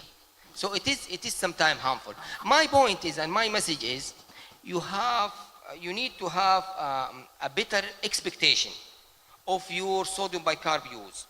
We discourage boluses. You might use it as an infusion in some selective patients. You have to review the patient chemistry and the patient background very carefully before you giving think twice, think 10 times before you give the patient sodium bicarb. Yes. Thank you. Is there any question or contribution? Okay. Yep. Thank you very much, Dr. Halit. Thank you, And Dr. for the next You took bicarb to presentation, higher level. we have a honor of inviting I don't really need this. Dr. Amin Antonyekazi, and his topic was the mass casualty management in the emergency departments and the lessons learned in Lebanon. Dr. Kazi is I would mention something. Is a professor of clinical emergency medicine and the founding emeritus chair of the Department of Emergency Medicine at American University of Beirut, right? And thank you very much for your Thank you for having me. presentations, Dr. Kazi. So if I'm coming from Beirut, I shouldn't talk about sodium pump, sodium infusions. I should talk about what you all have heard about, which is the unfortunate, uncertain times and devastating times whereby Lebanon is subjected to a lot of brutality. And accordingly, this brutality for the last 30, 40 years, 50 years in Lebanon has unfortunately provided many of us who are emergency physicians and healthcare providers the opportunity to really experience and acquire expertise in mass casualty management and conflict medicine. Today, my talk will be strictly about how we manage mass casualty management. Some of you may have heard it before. I try to always add to it what is new and how we are adapting further to really deal with mass casualty management and conflict medicine better in Lebanon. I do hope that the lessons learned in Lebanon will be of use. Well, I shouldn't really wish you that, but considering the earthquakes you do have in Turkey and all kinds of other potential risks and factors and mass casualty incidents that any country can have, I think it is important to start thinking about these principles and seeing whether they have things in common with you and with your community and how we can interact to really turn chaos into organized chaos in mass casualty management. So you all know, first I want to tell you that since I started training people in mass casualty management and teaching it, my department and I have been assigned the role of training 120 hospitals in Lebanon for the Ministry of Health. I'm the physician representative on the committee called FIOC. So the Minister of Health has a committee with the ICRC, Lebanese Red Cross, WHO, MSF. We basically, the Lebanese Order of Nurses, we meet. I'm the Lebanese Order of Physician representative, being the president for the Lebanese Society also. So the LOP president appointed me to really represent physicians. And we have launched in 2023-24 initiatives whereby we trained physicians based on principles advocated for by the WHO in their 2023 WHO Academy standards. So here they are, they came up with standards and recommendations in mass casualty management. Today, I'd like to go fast through what I used to teach and go into what the standards are, what they focus on, and what is our opinion as perhaps sometimes more experienced than WHO experts, with all due respects and comfortably. I would say that sometimes it is a point where we need to discuss what works and what doesn't work in these standards, and where we complement each other, where they taught us something also. So they have been valuable since I have trained my physicians in Lebanon with this regard, and where we used it and how it made a difference. So why is an emergency department important in mass casualty management?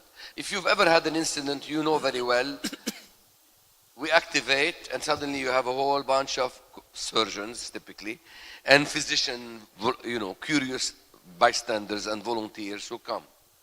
And you automatically, especially the surgeons, think that this is something you should run in a department which they're not very familiar with, and soon they're going to be in the operating room, and really who's going to take care of the department?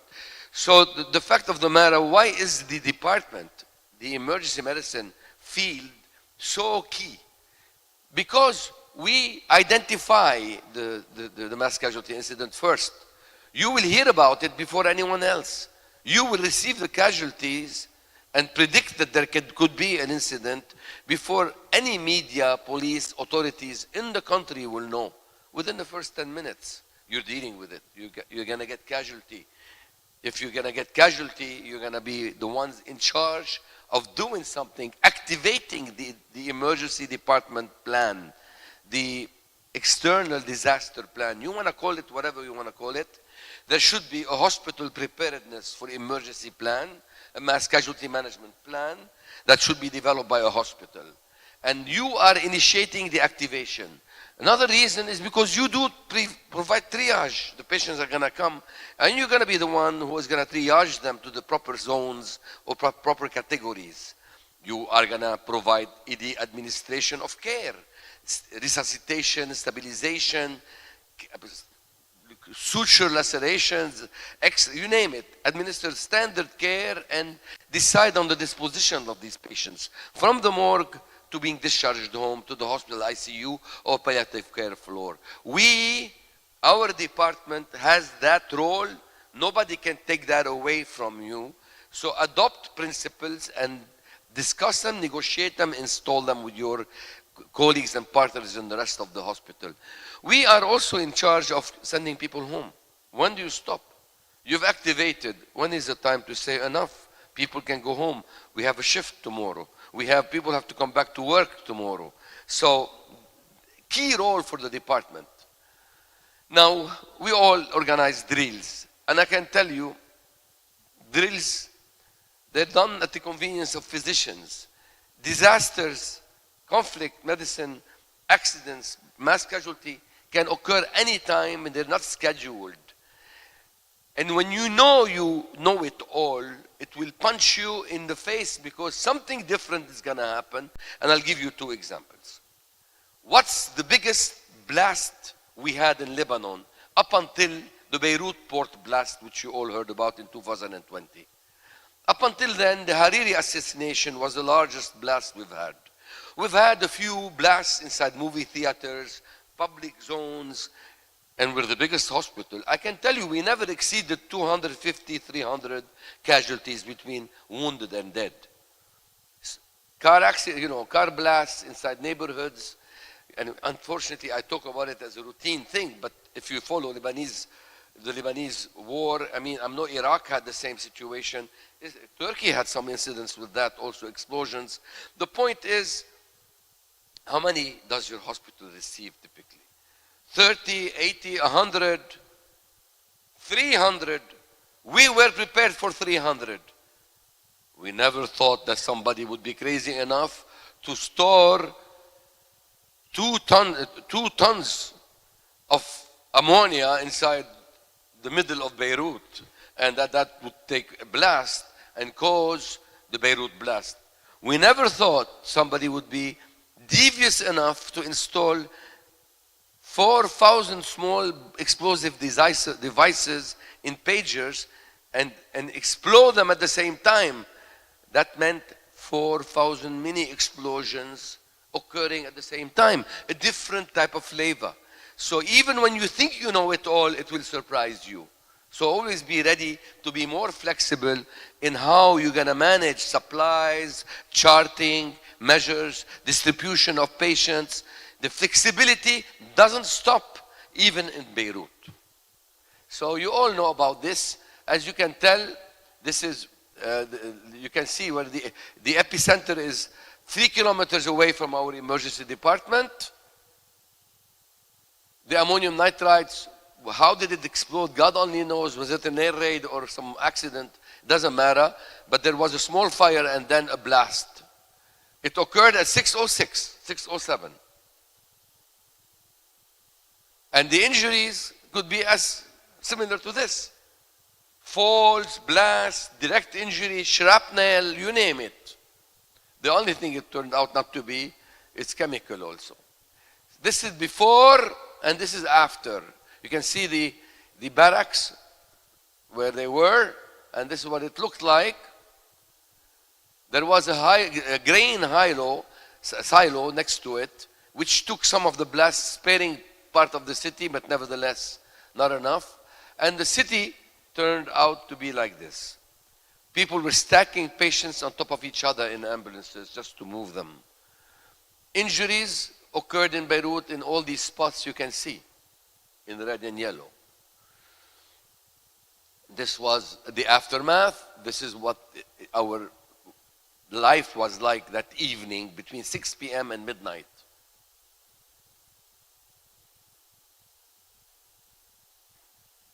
This is an emergency, our emergency department. This is what it looks like in terms of crowd control.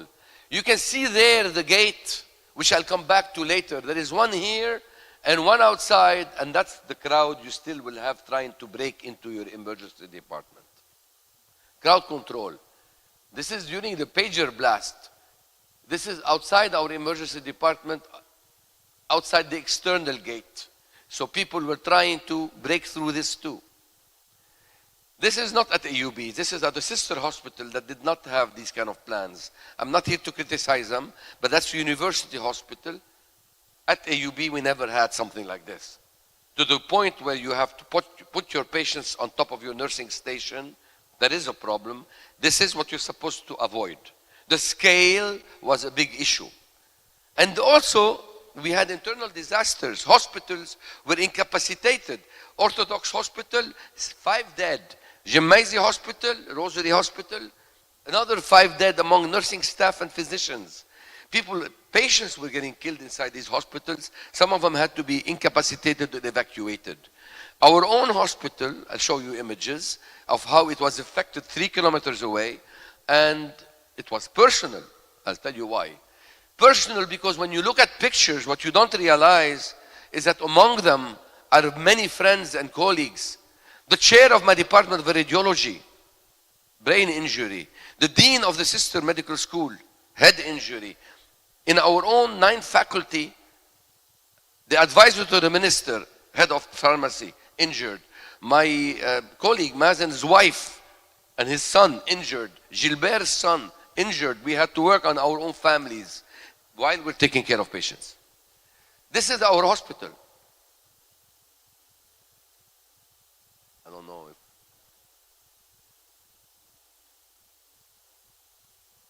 This is how our hospital looked like. This is AUB, 3 kilometers away. This is another hospital. So, it gives you an idea about it. So patients started arriving. So, do you have a plan? We did a study once on how many people had plans, and we were surprised to find out that everybody claims to have a plan, but the plan may be one piece of paper inside a drawer that no one knows in the hospital. The plan may be something that leadership agreed to have 10 years ago. It is no longer applicable now, and nobody knows about it who's being hired to work for your hospital. So having a plan isn't enough. Has it been tested? Has it been propagated?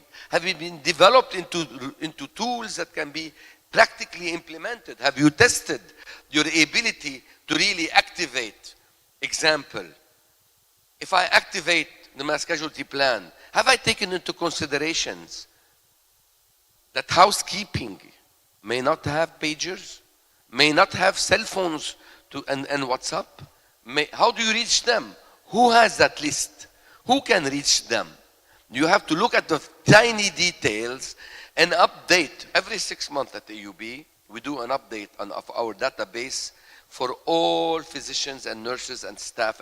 They all receive a notification to go in electronically and update their data. And if they don't respond, then we know that there's a change and we act accordingly. Then divisions and departments have to do that. You gotta take it seriously to be ready. Otherwise, people will be hired who know nothing about what your plan is, and that causes major problems. Do other departments know what is their role? Their role is different than yours. A hospital plan has to have additions defined for the pharmacy, for the sterilization department, for the operating room. Everybody has a different flavor and needs to develop their own section in the plan. Also, frankly, at AUB, if you give me 30 people injured in 1 hour, 2 hours, yes, it will be tight, but I can handle them. Now, you give them to me at 2 o'clock in the morning, it will be a different challenge. You give them to me when I have too many patients in the ED, it's a different challenge if the hospital is full. You give them to a hospital with a single physician working on duty with 1 or 2 nurses, that's a different scenario. So your surge capacity, your baseline capacity, and surge capacity differs from hospital to hospital. So can you really put a number on how many patients you can take without activating your plan? You, only you, can define your surge capacity. And at 2 o'clock in the morning on a Friday night, who in the hospital should decide the activation? Should it be the physician on duty? I'd like to hear an answer. We had a lot of issue with it. Should it be the hospital director? What about the administrator on call, who may not actually be qualified? So these things need to be defined and determined, and we will get into this in a second. Who does the activation? I'll get to it in a separate slide. So what we've devised is that no, when there is an air raid in Shiyah and there are 50 casualties, there are 20 hospitals in between. I may get 1 or 2. I don't need to activate just because there is a bomb in Beirut. The other day, last Wednesday, after I was in Istanbul, actually I came home and I was meeting with the Minister of Health, and the whole building came down in front of me. My children were in 500 kilometers away in a mall with my nanny. So do I go to get my kids? When I got activated. I got activated, full activation. I knew we had more than 100 people. Do I go to work? Or do I go get my kids? Decisions to make. I went to work. I sent someone for my kids on the way. But the point is, decisions have to be made about what activation means. Activation means you don't call, you just do. Do what you're supposed to do. It's not about calling to see if you need me. You're needed. Who activated? That was a full activation. That meant everybody was called in. We had 100 explosions in 10 minutes in Beirut. And so you have a full activation, but you could also do a limited activation. Why do I need to call anyone but the emergency physicians and the trauma surgeons and intensivists? That's it. Expand your capacity. Do a tiered level activation. Then there is the concept of activation versus alert, mobilization. Be aware we may call you in. And then we call you in. So these are decisions to be tailored to every institution separately, and I'll tell you later about how we do it. So assess your capacity, and once you get the first victim, because you're going to get a victim, you may hear a blast, and then you get a victim. How do you get information if there are more coming? Who's going to give it to you? Police, TV, they're not even there yet. They don't know what happened. Your hospital director, they don't know. Who do you call? The patient who arrived, these are the walk-in wounded. They're going to come from the scene and tell you what the scene was like.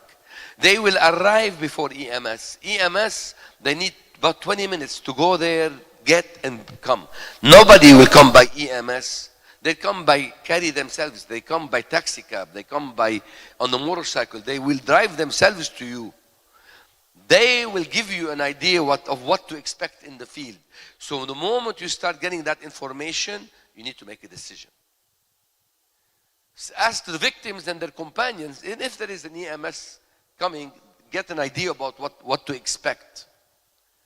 So when they start arriving to you, carried from the scene, you will take care of things and decide on how to activate. Expect upside down triage. What's upside down triage? It's like tsunamis. The first wave will be minor. They're all green. The first wave, they're going to drive themselves to you. And then the second wave comes. Typically, they need to be extricated and brought to you because they're unresponsive, pulseless, hypotensive, in distress. These patients will arrive no less than half an hour later. That's the window that you will have to vacate your ED, activate, and move everybody who arrived who is walking to the green zone. By the way, typically in a blast, 70 to 80% of all injuries are walking wounded. 20% to 30% are going to be needing admission and resuscitation. That's a typical scenario. Of course, that didn't work very well with the pager attack, because in the pager attack, you had 3,000 small detonations, and therefore you had 80%, it was reversed, who needed admission since they had limb and eye injuries, amputations. So they all needed to be operated on. So that broke the rule, and it was different than what we expected normally. So prepare yourself and your red zone, designate it, expand it. This is the time to move everybody out. And typically, it's a good rule with blasts at least. If you get 40 people in the first hour, the second hour you're going to get 80. And the third hour, another 40. You can actually, with a single blast, typical blast, estimate from the first hour, time it by 4 to 5, you have the number of casualties arriving to your hospital. It's a general impression we have had from more than 30 blasts we've had. How do you activate? Overhead paging? Yeah, why not? SMS? Calls? Don't work. There is such a backlog for some reason that the only thing that will work is actually Wi-Fi, land internet communication via WhatsApp. This is the fact. Turned out we have all these systems, but what we've discovered is WhatsApp is the most reliable way to reach people in a timely fashion, because there is so much redundancy in landlines for internet that you can reach people via Wi-Fi better than you can reach them via 4G or via SMS systems.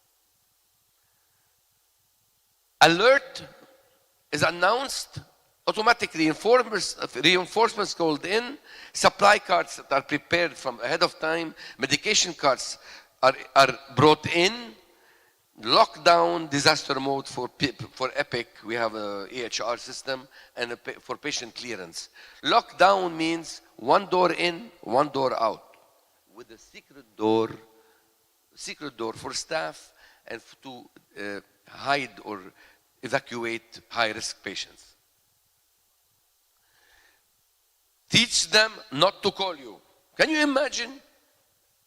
You're receiving all these phone calls. Do you need me? Do you need me? Do you need me? I mean, that is something you really don't want to do. Don't tax the time of the emergency department. Do not call the ED to ask if they need you.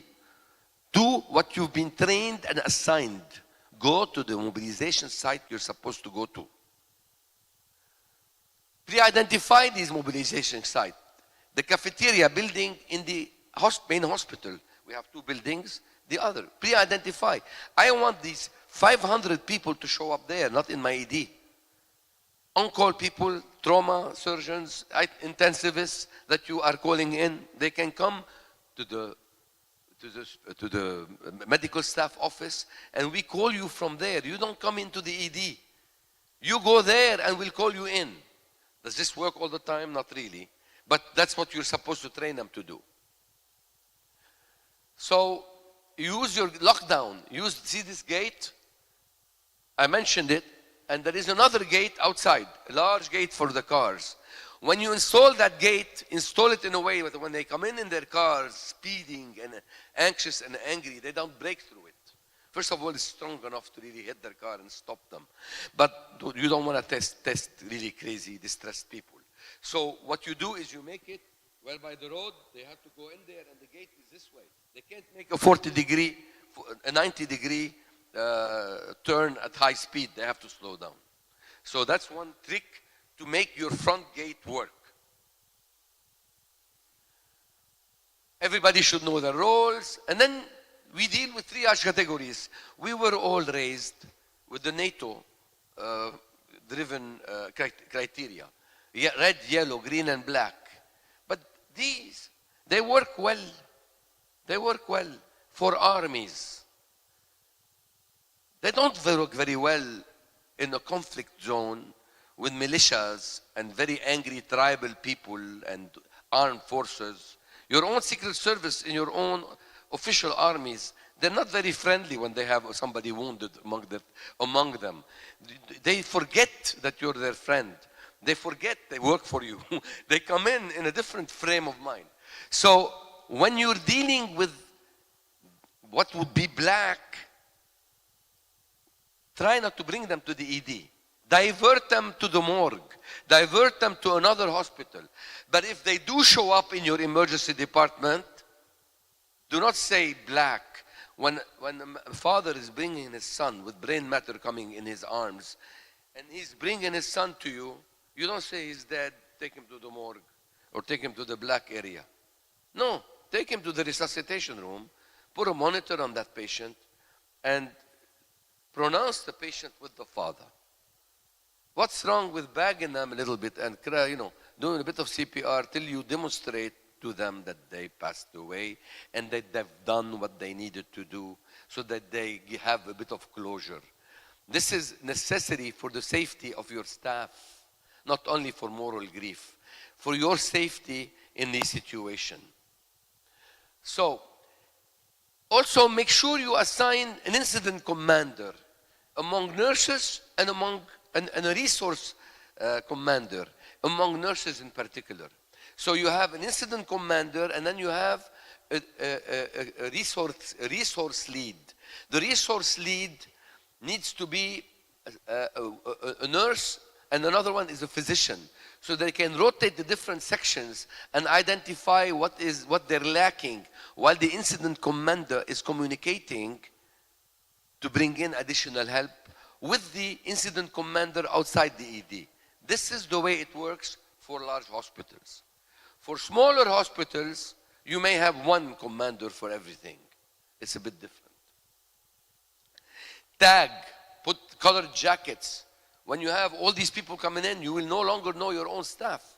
You will not, especially if they're all dressed in blue for COVID. You know, in the blast, everybody was blue. I couldn't even tell my colleagues. So identifying yourselves via colored, who is the incident, colored jackets is necessary. And we bring these in the carts because they're pre-prepared ahead of time. Who is the triage officer? Who is, so because at the gate, there will be 20 physicians and nurses. You can't prevent bystanders from showing up in their scrubs. So when people arrive, who do you know is the person who's in charge of triage? Color coding them through jackets. Don't assume everybody in the hospital knows Dr. Kazi. I mean, we need to, in that situation, you won't recognize your own brother and sister. So your priority is to assign the incident commander, which I call the disaster medical officer, and to clear the patient, the current ED. How do you clear them? We plan to we move them all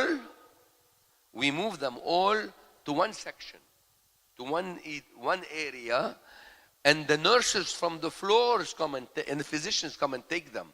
We don't call report on every single one of them. Khalas, we're activated. They come and they take them up, no question asked. They reassess them upon arrival, and you empty your ED. Every vacant stretcher is moved out. Why?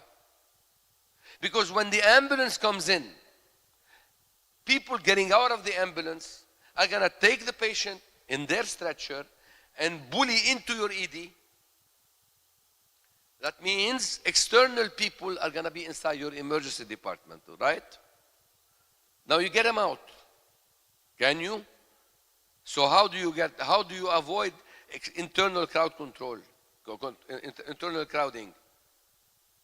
You put your stretchers out so that when they arrive, you go to them with a stretcher, put the patient on it, take the patient on your stretcher. To another trick to reduce the invasion of your department with non-ED staff and crowds that don't want to leave.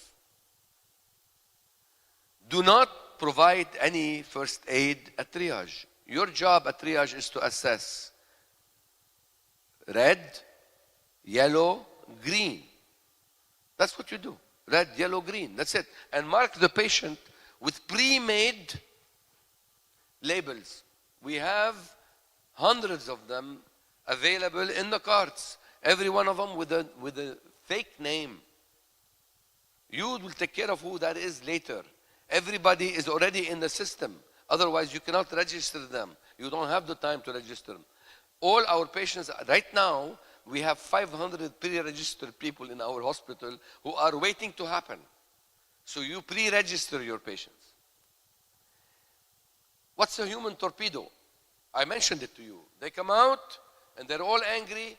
They take the stretcher and they push the stretcher through the gates. So you need to push it the other way or divert it onto your stretcher to slow down the effect of very anxious, upset people who want to break through your door. Sometimes we have cops and rioters. You put them together. Sometimes I have one political party and another, and they are in a conflict. This is not always civilians. Sometimes, you know, it's armed conflict, and there will be. How do you separate them from a rival? Try, first of all, to separate them into different institutions. If your system is advanced enough, take the police to Hotel Dieu, take the rioters to AUB. We do that kind of thing to avoid it. Occasionally, you will find a cop between the rioters. I've had that situation. What I've done is I've cut the actual clothing.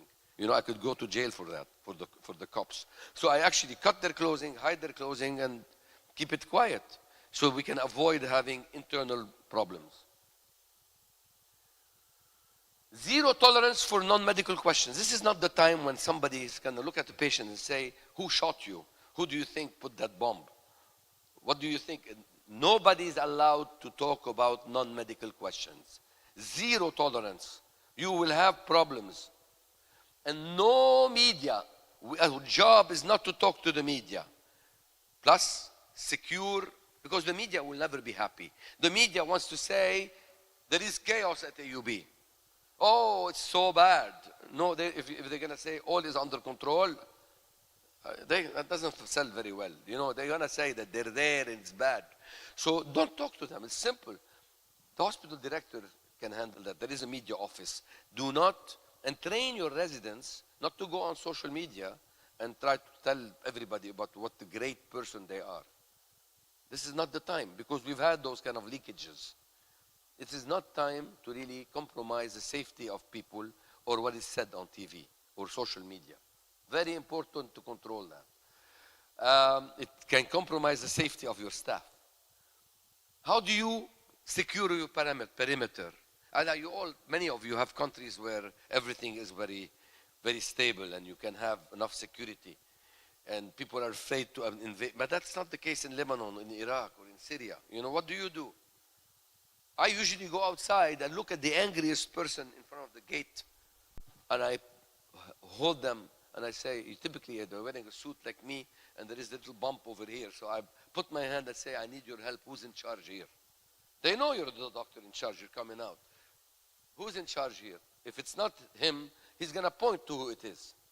And you say, can you please help me control the situation? And in 2 words, he knows his militia people, or the army, whoever. They will do a perimeter to help you control the situation. Unfortunately, in Lebanon, the army and the police may show up 6 hours later or the next day. So, auto-delegate. Delegate to the people that are a threat to give you security. That's one way to appease the situation. Direct crowds away. When they come in, they want to go in to see if their family member is injured.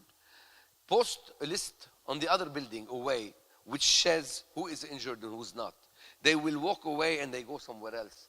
I've actually sometimes volunteered information like, if they're not here, try somewhere else. I name other hospitals. So we divert crowds. We're talking 4,000, 5,000 people trying to break into your emergency department. Let me give you an idea.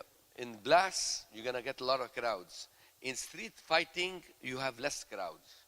So when you have blasts, you have a bigger crowd that shows up. Okay.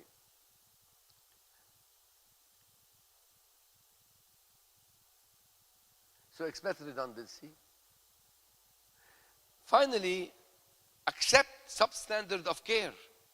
Do not expect to be able, you're trying to do the most for the patients you have. So you may end up sending somebody on antibiotics to come back and get x-rayed the next day. I mentioned the WHO standards. How do you avoid this? Can I have the other lecture, please?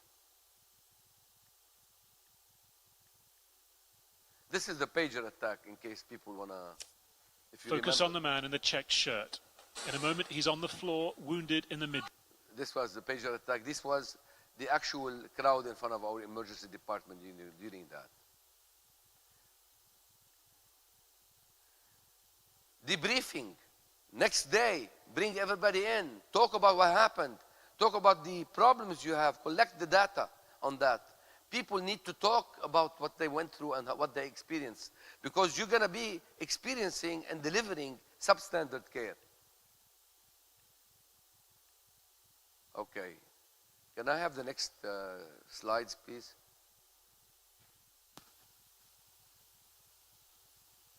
I have another PowerPoint. Okay. So we want to avoid this. How do you avoid this? Crowd control, internal and external. So it's preventing crowds from coming in. This is very emphasized by WHO. And internal crowd control. You don't want bystanders from your own hospital to be crowding your ED. I look at people and say, what are you doing here? Just go back up to your mobilization site.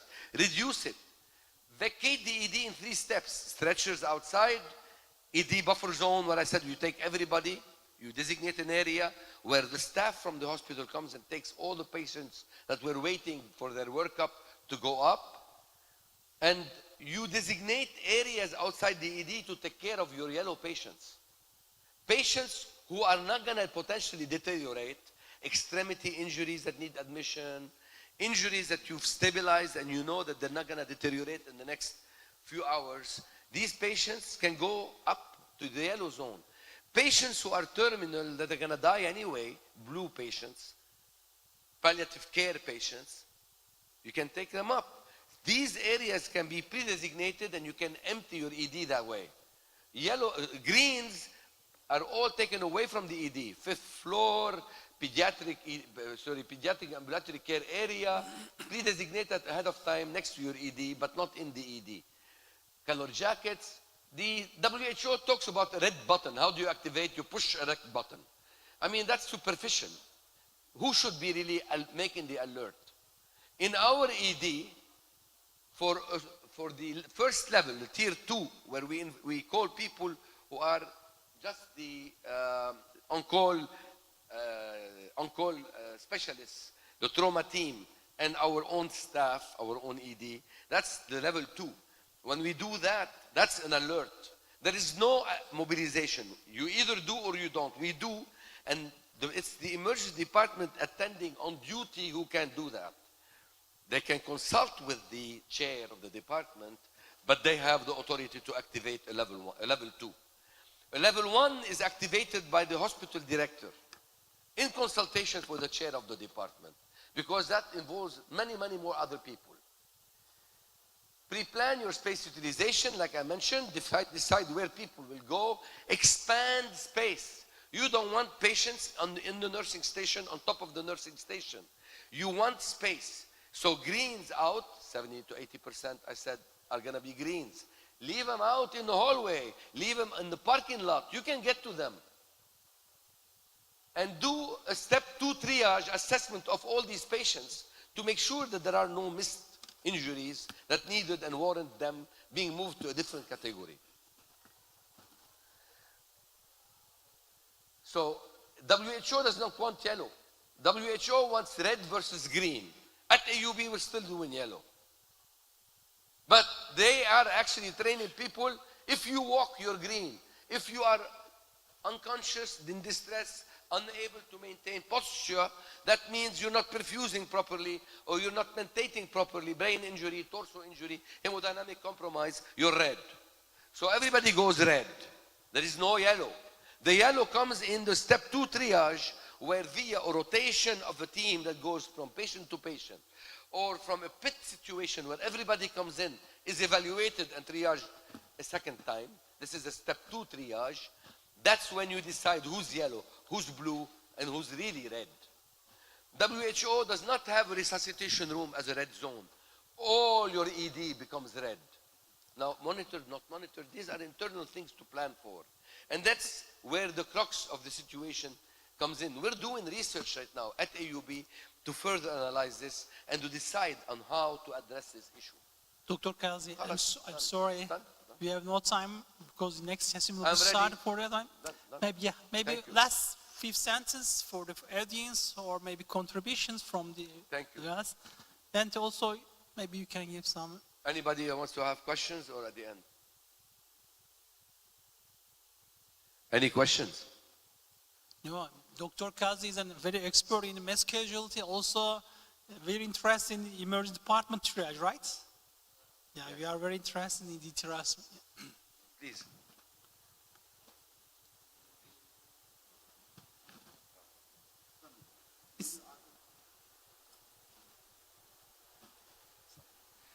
This presentation was a little traumatic for me, for I have came also from a country that was torn by occupational war and a civil war, and I've witnessed so much of these, and also I've witnessed this a couple of years ago in the massive earthquake at the east of Turkey. And this brings some idea in my mind. There's a specialty, and there's an idea to make it as subspecialty under the emergency medicine in Turkey as the disaster medicine. Now, many may consider this specialty as a niche. It's not, it's maybe practical, but in sometimes. But it's niche. There's no need to, if there is a major plan, a major national plan, it will start by the Minister of Health, and then it will flow in a vertical and horizontal way as an administrative plan. For all of the teams, the ED teams. But now, as we all witness, we all watch news, all of the area now is literally sitting on the mouth of a volcano that may blast at any time. That's why, is it practical to revive the disaster medicine specialty? You know, or leave it to the administratives? You know, there is, as Thank you know, EMS. Disaster emergency medicine fellowships are being adopted. We're trying to start one in our own hospital. So we do believe that there is a body of knowledge. Like I mentioned to you, we are actually evaluating the proper way to do proper triage and how to organize the chaos. So yes, there is, in my opinion, there is a field of pre-hospital and disaster medicine.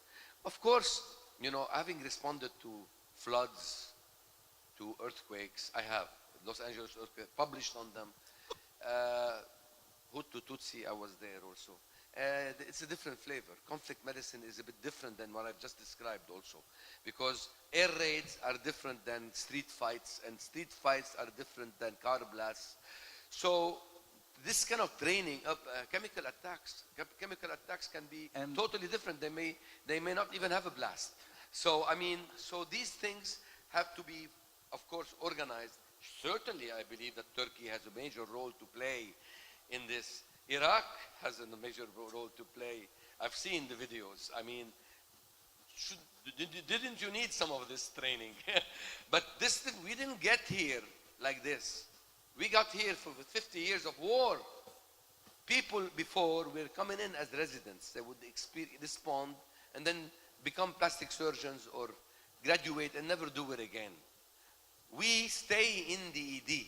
Since we are staying in the ED, I can tell you, the last 2 activations went really well. The pager attack, we had no problem expanding capacity. All our physicians, surgeons are in now. They like what we've done.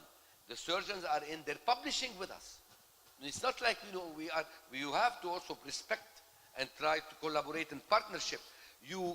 We are doing a consortium whereby we're publishing with the surgeons, with the intensivists, and how to really look at triage, at delivery, at communication. We can collaborate with our other specialties to work. So the triage, the pager attack, it went wonderful. The last one, 87 people dead and wounded, 4 children, you name it. We had 8 dead people in the last bombing of Beirut. We have bombings of Lebanon all the time, but this one was 100 bombs at the same, within 10 minutes, inside Beirut. So that made a different flavor. We have 30 hospitals in Lebanon, in Beirut. So it makes also a different flavor. We had 87. So the 87, I hate to say it, but we deactivated in 2-3 hours. And we did it with no issues. No issues. So does this mean we sent 40 people home, we admitted another 40? We know, we had 8 dead, I mean roughly. So this is how I say it, I hate saying the word, it was smoother, not easier, smoother. We had less frustration with people crashing, waiting for CT scan. WHO, they want us to do no CPR, for example. Can you do no CPR on your patients? Yes, you can on the one coming from the outside, but you can do it in a soft way knowing that they're gonna die. And then apply CPR to the people who are resuscitating in your ED. But these new standards of care have to be done differently. WHO wants all critical trauma patients, RED, to go wait in the operating room, in the recovery room. They call it reverse flow. Can we apply it now at EUB? We still haven't. We want to. Because how many ORs do you have? How many ORs can you activate? How many patients who need OR do you have? Who decides who goes first? Surgeons, of course. So these are all things that we need to develop and work on further. Thank you for your question. Thank you so much.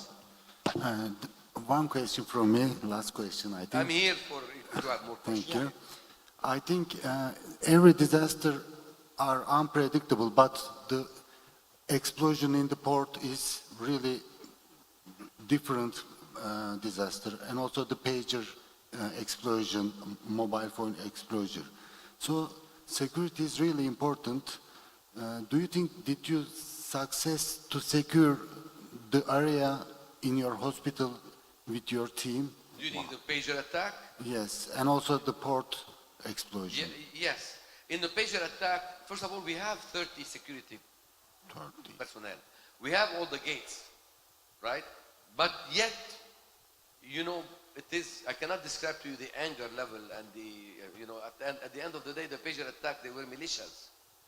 What we did was we asked the specific militia that actually was bringing these people to participate in securing the place. So they delegated people stand with us at the door, and they sent in patients, people unarmed, to go inside and appease families.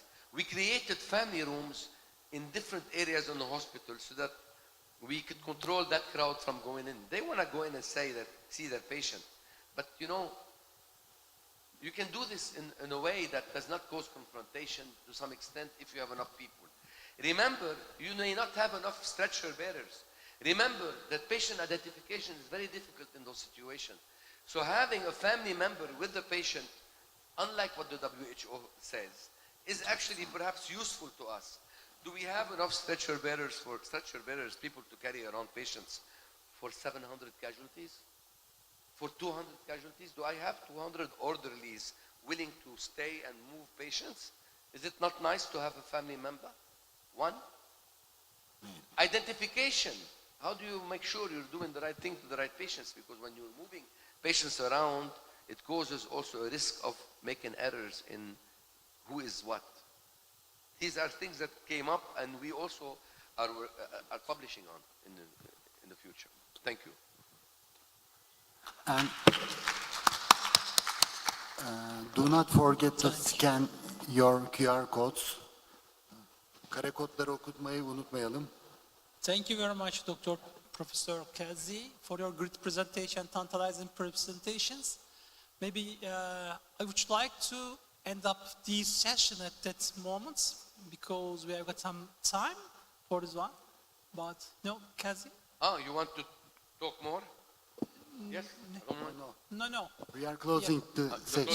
We are closing the session. It's better because you can get coffee after 5 to 10 minutes later. People will wait in here for the next sessions. Thank you very much for your patience and also for your... Next session is at 16:30.